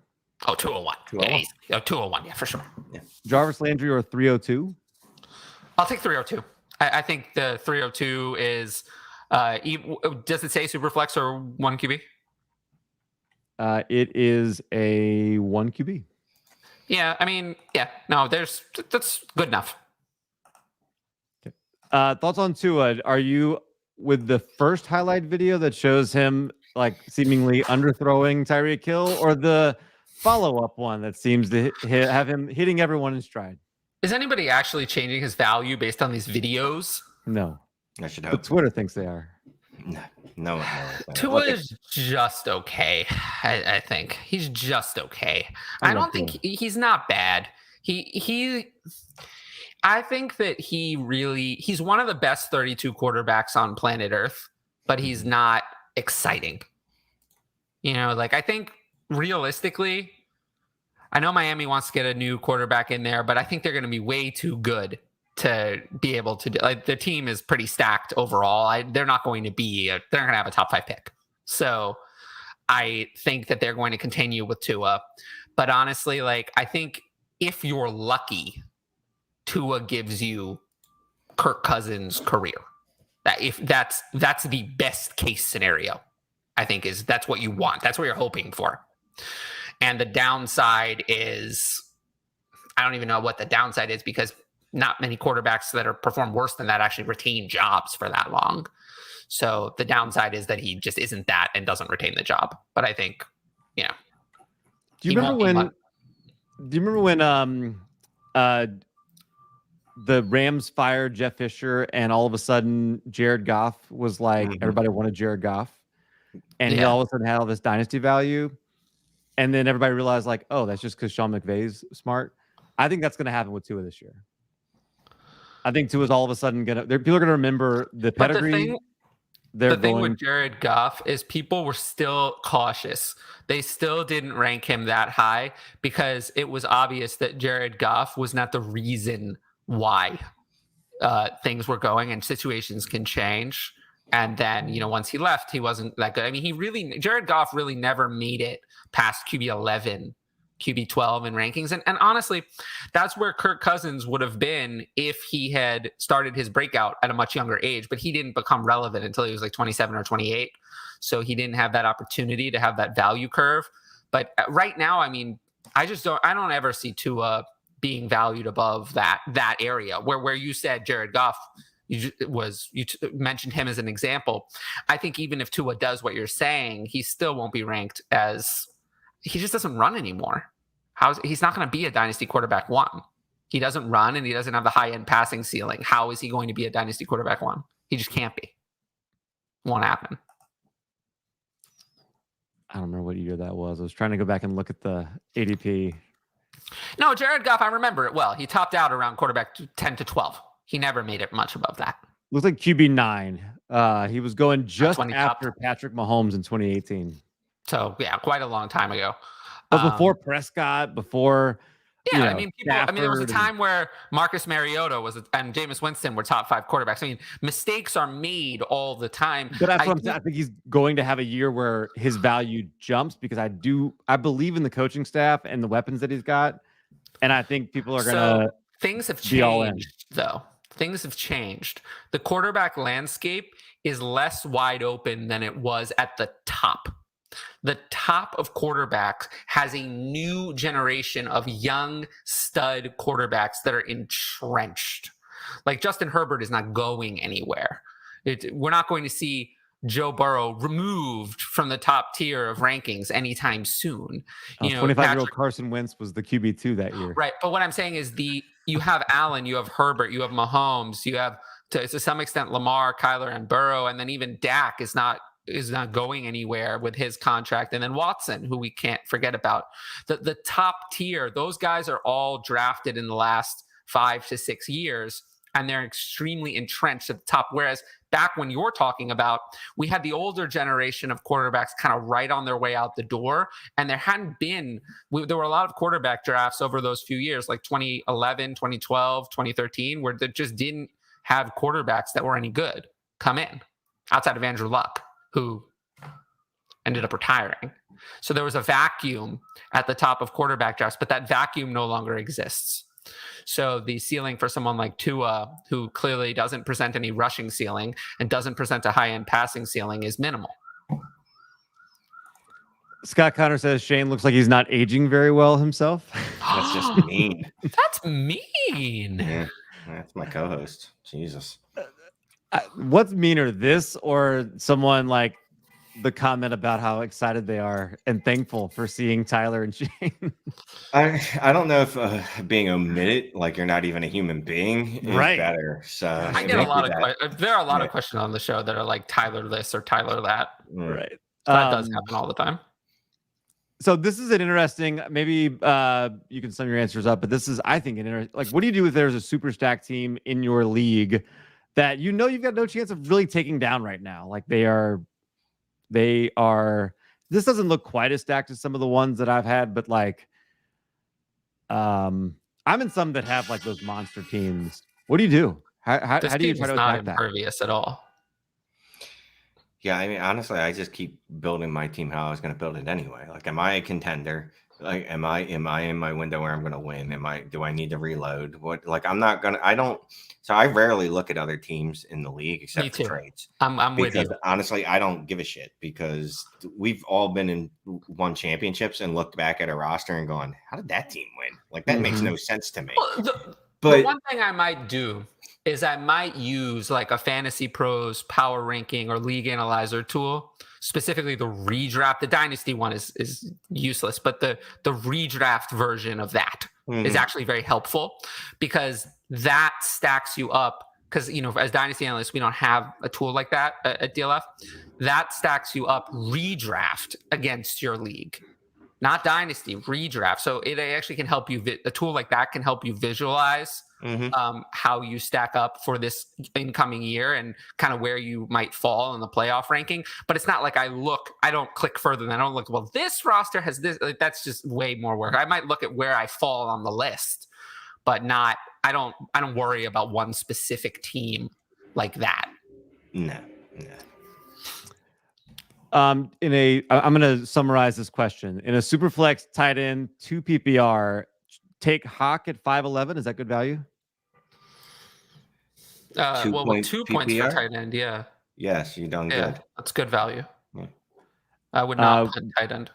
Would you trade 107 and the 302 for a 2023 first? Well, Random. If the top 6 players will be gone, assuming that's the case, then yes. Here's Scott. Scott is basically all in on 2023. Yeah, I don't agree. Okay, here's why I don't agree. So bring that question back for a second. I don't agree because I know from most leagues, as someone who deals with probably the biggest variety of situations, you can get a 23 first plus for 102 95% of the time. I just love the spelling of Terry McLaurin here. Terry McLaurin. Yeah, McLaurin. Not a fan. Not a fan. And we've talked about Terry McLaurin quite a bit. Yeah, we found I'm Peter's okay with Terry McLaurin, but Terry McLaurin, hate that guy. Oh, chlorine. Yeah, no, I don't like chlorine. Chlorine is a lot of pollution. Yeah, it's Peter Howard's burner right there. Oh my God. AJ Brown for Higgins plus what? Nothing. Whichever side I already have is the one I want. I mean, I want AJ Brown straight up without a second thought. But if you're asking what the difference is, it's not much. Yeah, maybe almost anything that they are. I mean, they're back to back in ADP. So yeah, I would rather have AJ. I think that AJ Brown is. If I compare the two players, I think AJ Brown is far superior. But his situation is far worse. And he also is older. Although he's not old. Scott likes Higgins more. Monty says Zodiac signs are thousands of years old, just like him. I said the 40s, roughly. So 40s. So we were only about 950 years off. Whatever. That's close. I must have dreamed that they changed. I thought like 5 years ago they changed. Are you talking about when Pluto was no longer a planet? I don't know, man. The zodiac sign. Yeah, that probably had a dream to do with the zodiac. Yeah. I don't know. 14 team Superflex sending to 2023 first. Picks are going to be decent apparently. Carson Wentz for Lamar. Whoa, 2 first and Carson Wentz for Lamar Jackson. All right, we don't need the rest of the question. This is not good enough. In a 14-team Superflex, Lamar Jackson is worth an incalculable amount. That's not what you're giving up. So, yeah, we'll definitely do that. We'll have to take Lamar Jackson just because quarterbacks. I mean, I always say in a 14-team Superflex, you add like 50% to the value of quarterbacks, except Carson Wentz. He actually doesn't get a value bump because he's so bad that he actually gets penalized. Yeah, go get Lamar, bro. Yeah. Charles Chill in the chat. So Lamar for 220. Yes. Yeah, basically ignore Quinn. Trout. 8.76. What is RAS? What does that even mean? Relative athletic score. Everybody fell in love with that this year. That was the hotness this year that everybody was in love with. Oh. Am I the only one who just like doesn't pay attention to like what everyone else is doing? I just noticed it because I noticed it. It's been out for a little bit. It's just that I noticed this year it seemed to like supernova, and everyone jumped on it. I'll be honest. I got to the point where like my own following is big enough that I spend most of the time in my own talking about my analysis. So I end up on Twitter oftentimes in a little bit of a bubble. I hear you. The higher the RAS, does it help you get more targets? And if not, then it does no not. thanks. That's the problem. It did not. It has not helped Noah Fant. It has not helped Troutman either. So, okay, Vic. Oh, Vic is back. Should I skip this one? No, I'll read it. 16 teams, PPR. Start one QB.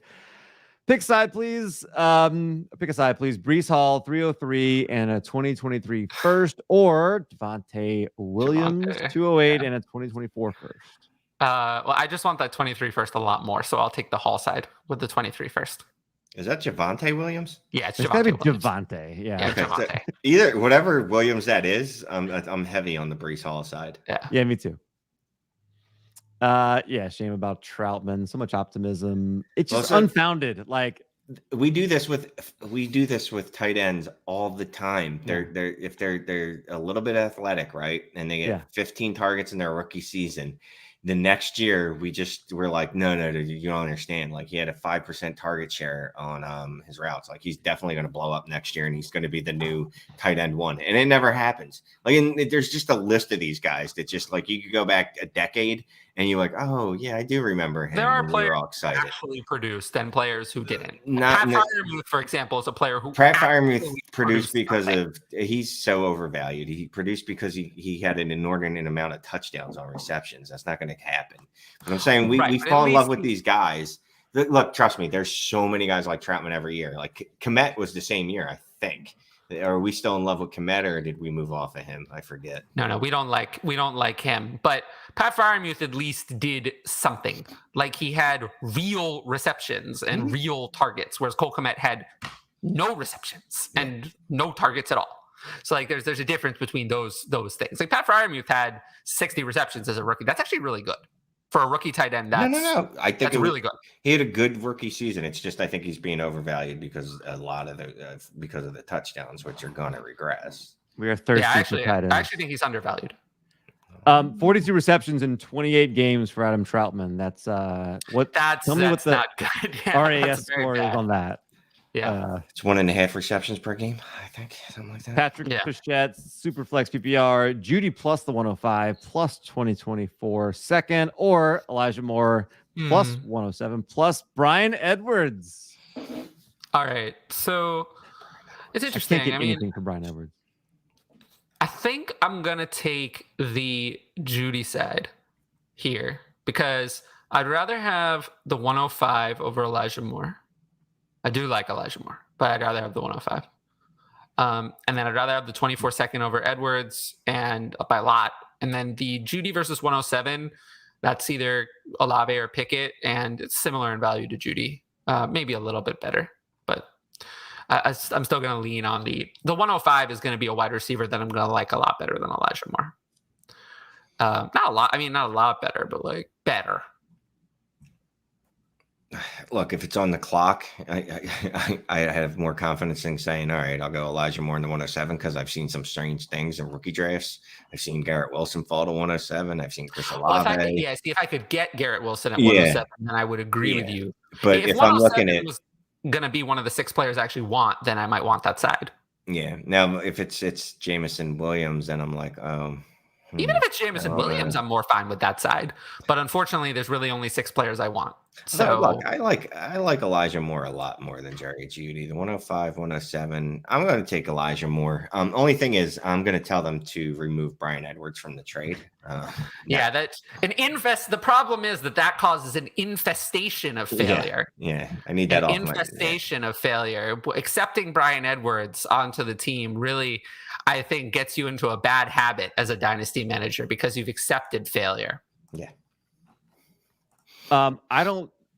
Can either of you confirm these are real people? Cade Ogden and Daniel Bellinger? They are real. Yeah, they are real people. Should you be picking them up? Well, I mean, no. All right, Daniel Bellinger has what, 4th round draft capital, and in theory, he has an clear-ish path, except for Jordan Akins and Ricky Seals-Jones, who I love. Ricky Seals-Jones. I didn't even know Jordan Akins was on the Giants. Yeah, I forget why I know this. It's some sad reason. I gotta remember that next time I'm on Dynasty game night. There's no reason. I do know that because I actually liked Jordan Akins at one point. And I'm so sorry. Still have him on. Jordan Akins was one of those guys, by the way, that was part of that, the tight end. I was always on Jordan Thomas. He also Haley Warring. Yeah. So I'm gonna go with Daniel Bellinger.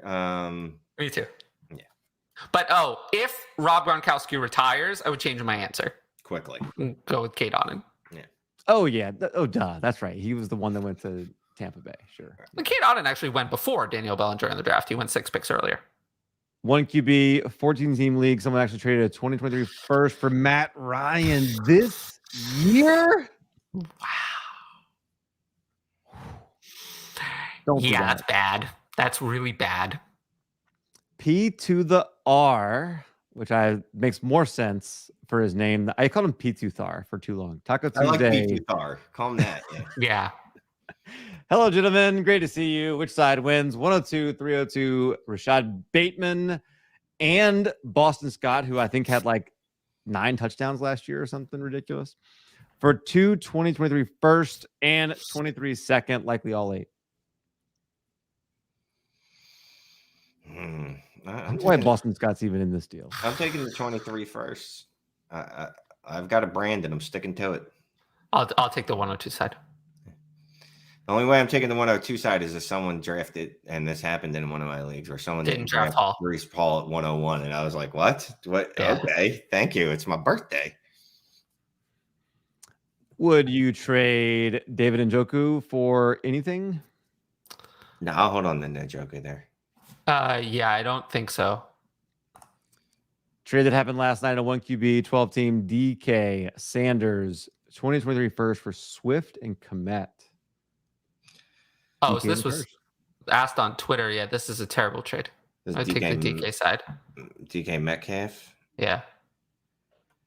Yeah. Whoa. Yeah. That's a terrible trade. Yeah, this trade is terrible.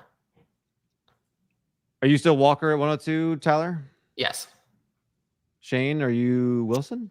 Yeah, I'm a Wilson guy. I have taken Walker at 102 again, portfolio player, because I'm in a few too many leagues, and I wanted to do the Hall Walker stack. So, all right, let me ask you a question at the risk of making a very long question. I hear all the time, "Oh, I'm a portfolio player. I need this of this and this." Well, why not just take the players you like in the player you want in every draft? Because even at your best, fantasy analysts are going to hit it about 60%, right? So really, really good ones might hit 60, 65, 70%. You're going to be wrong. So you're going to bake some of that into there, right? There could be injuries. There could be things outside of your control as well. But also, some leagues are scored differently, right? So if Kenneth Walker in a league, it's like PPC. All right, I like him over Wilson. Or if I'm drafting Walker because I know I can trade him later on, and I couldn't trade the pick for whatever reason. I guess I don't play. I barely play in any leagues at all.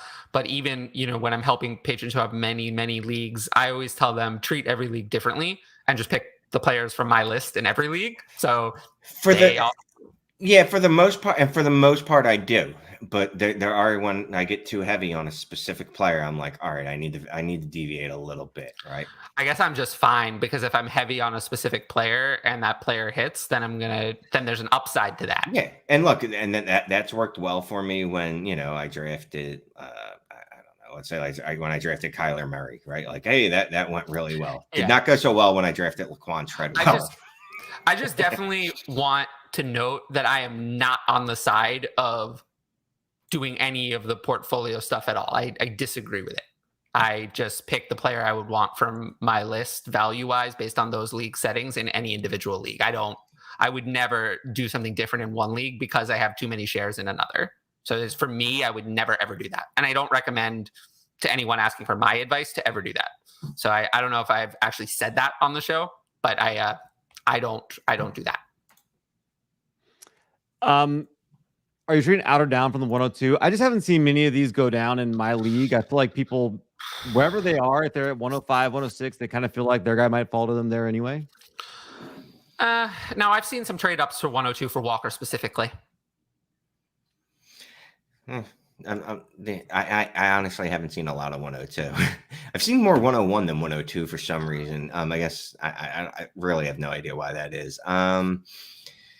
No, because I'm not drafting. Generally, I'm not drafting Walker at 102, and I know I don't need to draft Wilson at 102, so there's no reason for me to move up there. Like Wilson, I know I can get at 104 in most cases, so I'm just going to. Well, then if you had the 102, though, wouldn't you want to move down? I would try, but that's the thing is moving out. Moving out is I'm sorry, trading out or down. Yeah, I haven't been able to move out of picks that much. Out is hard. Yeah, out is. I haven't seen a lot of out. Yeah. I've seen a lot of down though.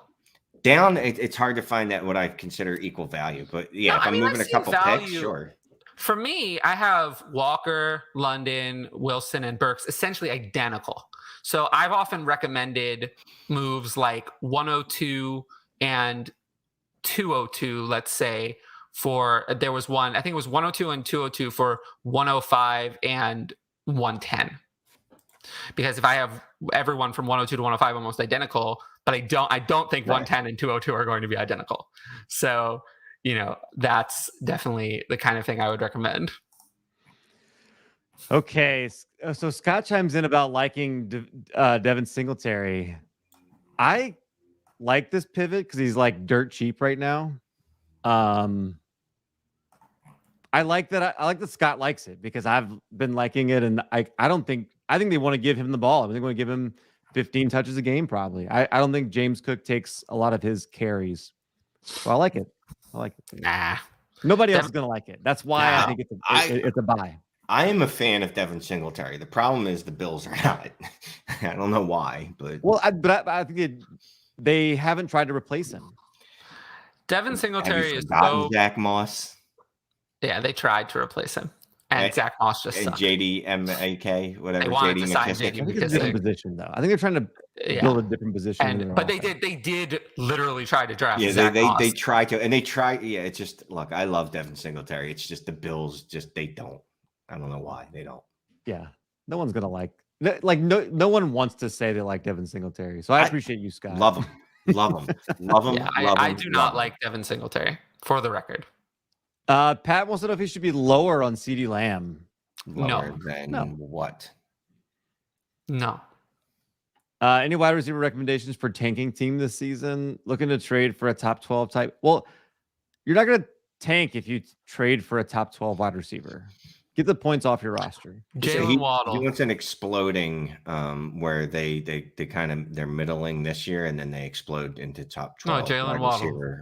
Jalen Waddle is the one to trade for because he's very good, but you might see a little bit of a lull in production this year. Oh, I think he outscores Hill this year. I don't. I think that starts to come next year. Hold or sell Mike Williams. Sell. Someone asked me this question on Twitter. I don't know if it was you, Anthony, but I definitely said I'll take it. I mean, I'm just not interested in Mike Williams. I mean, his good games were all at the beginning of the year, and we know I don't like that. The good games were at the beginning of the year, and then at the end, there were no good games. So I don't. And now we're already becoming 28 when the good games were at the beginning, and really, it was like 1 5-game stretch in the career. I'm just not interested in Mike Williams. So he's a player I guess I've also probably never liked. I don't think I've ever liked Mike Williams. So I'm just selling for sure. Austin Eckler, who I think he turned 27 today. Is that right? Maybe. Oh, happy birthday, Austin. Happy birthday. Is it time to get out? No. I mean, yes. It was like a year ago. If you were going to get out. Actually, with Austin Eckler, he had a really good 2021 season, and people have this perception of him that he has value in the passing game, so he'll age better. So actually, he's kind of retained his value a little bit better. But yes, I actually think now is the time to get out because the value is still high end. So I would try to move on from Austin Eckler. Okay, can I just say real quick? Like, I think there's a lot of people. I said something. I got so like tired of responding to like the same thing where people are like, oh, I asked on Twitter, like, what's your number one mistake you think dynasty managers make? So many people said trading productive veterans like this for youth and basically for nothing. So like for third or fourth round picks is what people were saying. And that is not what anybody is advocating for. No one thinks because he's 27, trade him for a fourth round pick. It's when people talk about trading out of people like this for value, it's not wait till they're unproductive and worth nothing and then trade them for nothing. You're trying to avoid that. If that makes sense. I don't know if that makes sense. Sorry for my soapbox. Sell Dobbins for 23 picks or a young wide receiver. You would say yes, I know, Tyler. What do you think? I would say yes, yeah. Yeah, look, I love Dobbins coming out of college, but no. I mean, I was selling him last year. So I'm definitely selling him now if someone's going to give me again, it's going to depend on what you're getting back. Like, I'm not trading him for Jalen Reagor. But if you give me a young wide receiver that's good, yeah. I think you can get Jameson Williams plus for Dobbins, and I would just do that. I would do that all day. Yeah. Any love for Snoop Connor in Jacksonville? To put on your roster, sure, but the odds of Travis Etienne is pretty much ready to go. You know, when they say Travis Etienne is not 100%, I think what that means is that Travis Etienne is not 100% of what he was and never will be, but he is 100% of what he's going to be. He has not returned to what the explosiveness that he had, and off of Liz Frank, I mean, there's no guarantee that he will. So, you know, I think that he is healthy as he will be moving forward. So there's no chance that Snoop Connor will be the starting running back.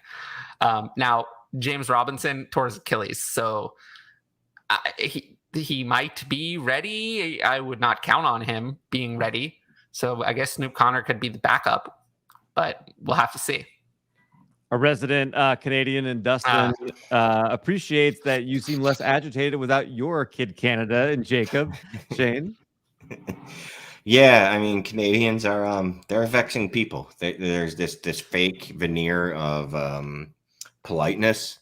They're very passive aggressive. I don't appreciate it, but you know, it's all right. Henry said he in one of his leagues 206, 209, 212 for 105 happened in a 14-team league. Love it. Okay. I mean, congratulations. People get struck by lightning all the time, but that doesn't mean that it's a common occurrence. It's true. What on top of CEH lands you a guy like Fournette or Chubb? Well, I don't know. CEH is irrelevant in terms of trading for Chubb. That's the problem. CEH doesn't matter at all in that. So what should I trade for Chubb? Should be the question. Yeah, I don't. What do I have These to are add unrelated to questions. Clyde Edwards-Helaire the trade? Yeah, I don't see this. I don't know how to answer this because Clyde is not really worth anything. So it's not about adding to him. Yeah, if you want to get Fournette, right, and you want to try going the cheap, I'm throwing multiple 20 or second round draft picks at him because I can't stomach giving up a first. If you're really all in on a running back, which I suggest you never be, and you're willing to do it, and you have reason to believe that your 2023 first will not be early, I still can't do it. No. Yeah, I'm not going to do it. I tried to talk myself into it, and I just couldn't. Yeah, I won't. I'll give up 2022 first round draft picks for Chubb. And I'll give up 22 seconds and 23 seconds for Fournette. I'll even throw in a 24 second if that gets. Yeah. Clyde Edwards-Helaire or 207?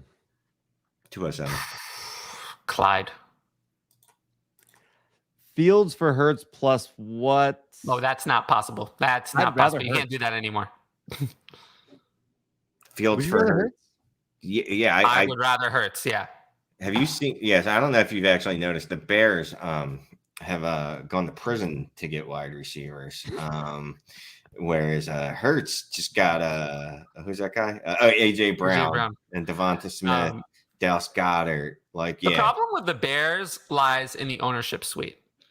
Yeah, there's something wrong in the water there because I know Matt Nagy was awful, but yeah.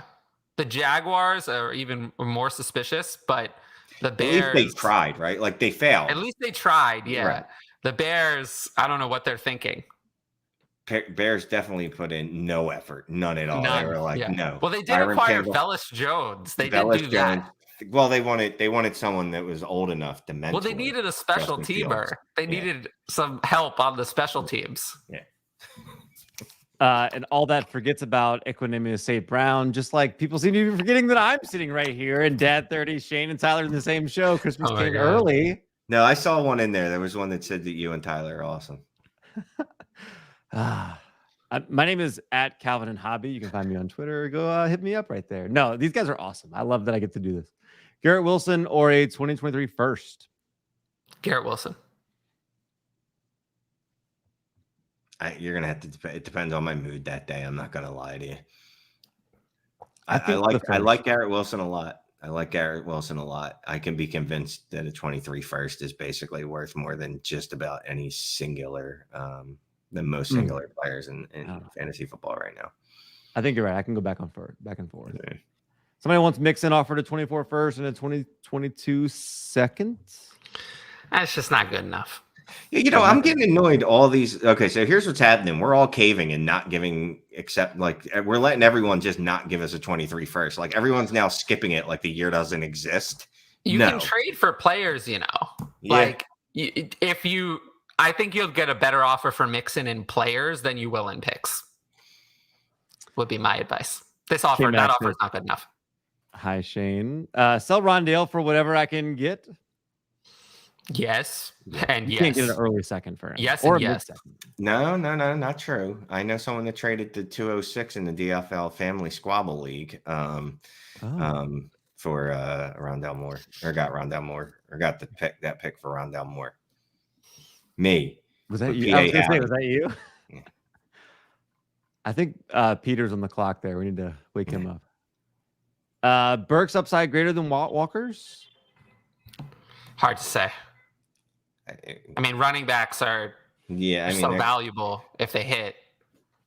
Burks has a lot of upside too. I don't know how to say which one is greater. It's a complicated question. They're shooting stars. Like, can Ken Walker give you 2 RB1 seasons? Because if he can, that's greater than 5 wide receiver 2 seasons from Burks. But can Burks give you multiple wide receiver 1 seasons? Maybe. Legitimately, if I had to bet on it, since you're asking us, I'll go with Burks. Yes, I'll say his upside is greater than Walker's. Good question from Gavin here. Big debate in his league. Should suspended players be allowed in IR slots? No. Do not do that. Touchdown only league. Is Algier a first round pick? No. Why would Atlanta running back? Why would he be a first round pick in a touchdown only league specifically? Atlanta has a terrible offense. Yeah, with a team that's not going to score very many. Yeah, I don't know what that has to do with anything. So the answer is no. Quick fan or no fan for of Christian Watson? There's a reason he's going between 110 and 202. No one has any idea. He's physically gifted. Who knows? He played at a lower level of competitions, so those players are always a little bit of a black box.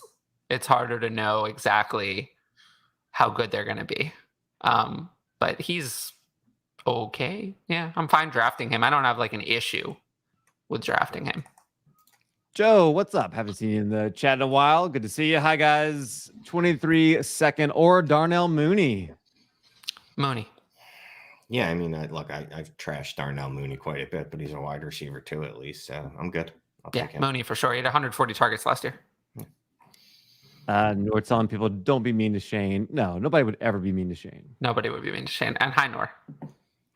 Let's see. Flex. Okay, here we go. I think Pluto not being a planet has to do with its orbit. This, as someone who knows Nor, this sounds like exactly like something he would say. Because I am not sure, I'll say yes. That sounds correct. Pittman in 105 or Deontay in a 24 first. Again, skipping 23. Okay, so 23 doesn't exist. I'm taking Deontay because I like him significantly more than I like Pittman. I know the 24 first is forever away. Hopefully I can package that and get a 23 first out of it somehow. If I convince another league mate that that's an actual year. I'll take the Pittman side. Pittman side? Okay. Yeah. Let's see. I'm a big Michael Pittman fan. Do you have any thoughts about Rachaad White taking over next year in Tampa Bay? Do you think that's going to happen? I mean, Leonard Fournette's contract says that he's going to be there for this year and next year. So unless he just becomes washed, which is very possible at his age, you know, I don't know. Rachaad White is not someone that I really think is meant to be any sort of workhorse. Rachaad White is always going to share the backfield with another back, specifically in that he's going to take the receiving role, which is what he did in college, and someone else is going to have to take some of those harder yards. So taking over, no, but, you know, the PPR value is what we want. So, I mean, really, Rachaad White's ceiling is probably what Austin Eckler was when Melvin Gordon was still there at times. That's probably his ceiling. Let's say you were a person that was going to trade a 2023 first, Shane. Who would you be targeting? Wide receiver or running back? Let's just look at a tier. Like I'm targeting anybody from running back probably 4 to 12. Only, and I mean, obviously I'd want JT and those Swift, but I don't know that I would get them. Najee Harris, I'm probably not getting for a singular. If I'm going to do it, okay. It's hard to say what we're going to trade for in November. Yeah, no, so that's why I'm saying look for a tier at that point. Like you should never get beholden to a name anyway. Like these players' names really don't matter. Just look at their range of outcomes. Not their range of outcomes, but look for a player in a certain tier, and then go find that tier of player on each roster or wherever they might lie. Multiple ones might be on one roster, and go trade for them. I want at least someone that's at worst, like RB6. You know what I mean? Because at running back, the production isn't guaranteed to be long term, so I want it to be impactful. Wide receiver, I'm a little more forgiving because of the length of their careers, but I still want to try to get at least a low-end wide receiver one. We are going to wrap up there. Matthew asked about individual questions, asked one earlier. Hit us up on Twitter. This is not we're well over time, 2 hours. We don't be respectful of Shane's time, your time, and all of that. But hit us up there. Like, this is probably the first one we're going to walk away without having answered all the questions, but it was a bunch. Thank you so much, everybody, for those questions. Shane, thank you so much for being here. It was awesome, and everybody loved seeing you. Got to make sure you show your face more often. Hey, you guys invite me, and I'll probably come on. I will. And also, I will pick questions for the article from the ones we didn't get to. Yep. Awesome. And then, yeah, look, seriously, hit any of us up on Twitter. I think Tyler answers as way more questions on Twitter than almost anybody that I am aware of. So it's true. Yeah. Just at me, and I'll get to you. It's especially nowadays. I found that without doing all my threads, I have plenty of time to get to every question of everyone who asks me. Make sure you're following at DL Football and become a premium subscriber. It is worth it. There's a great Betsperts Bundle that includes 4 for 4 and Matthew Berry's life and golf, right? And golf all kind of great stuff. Make sure you check that out. Until next time, I'm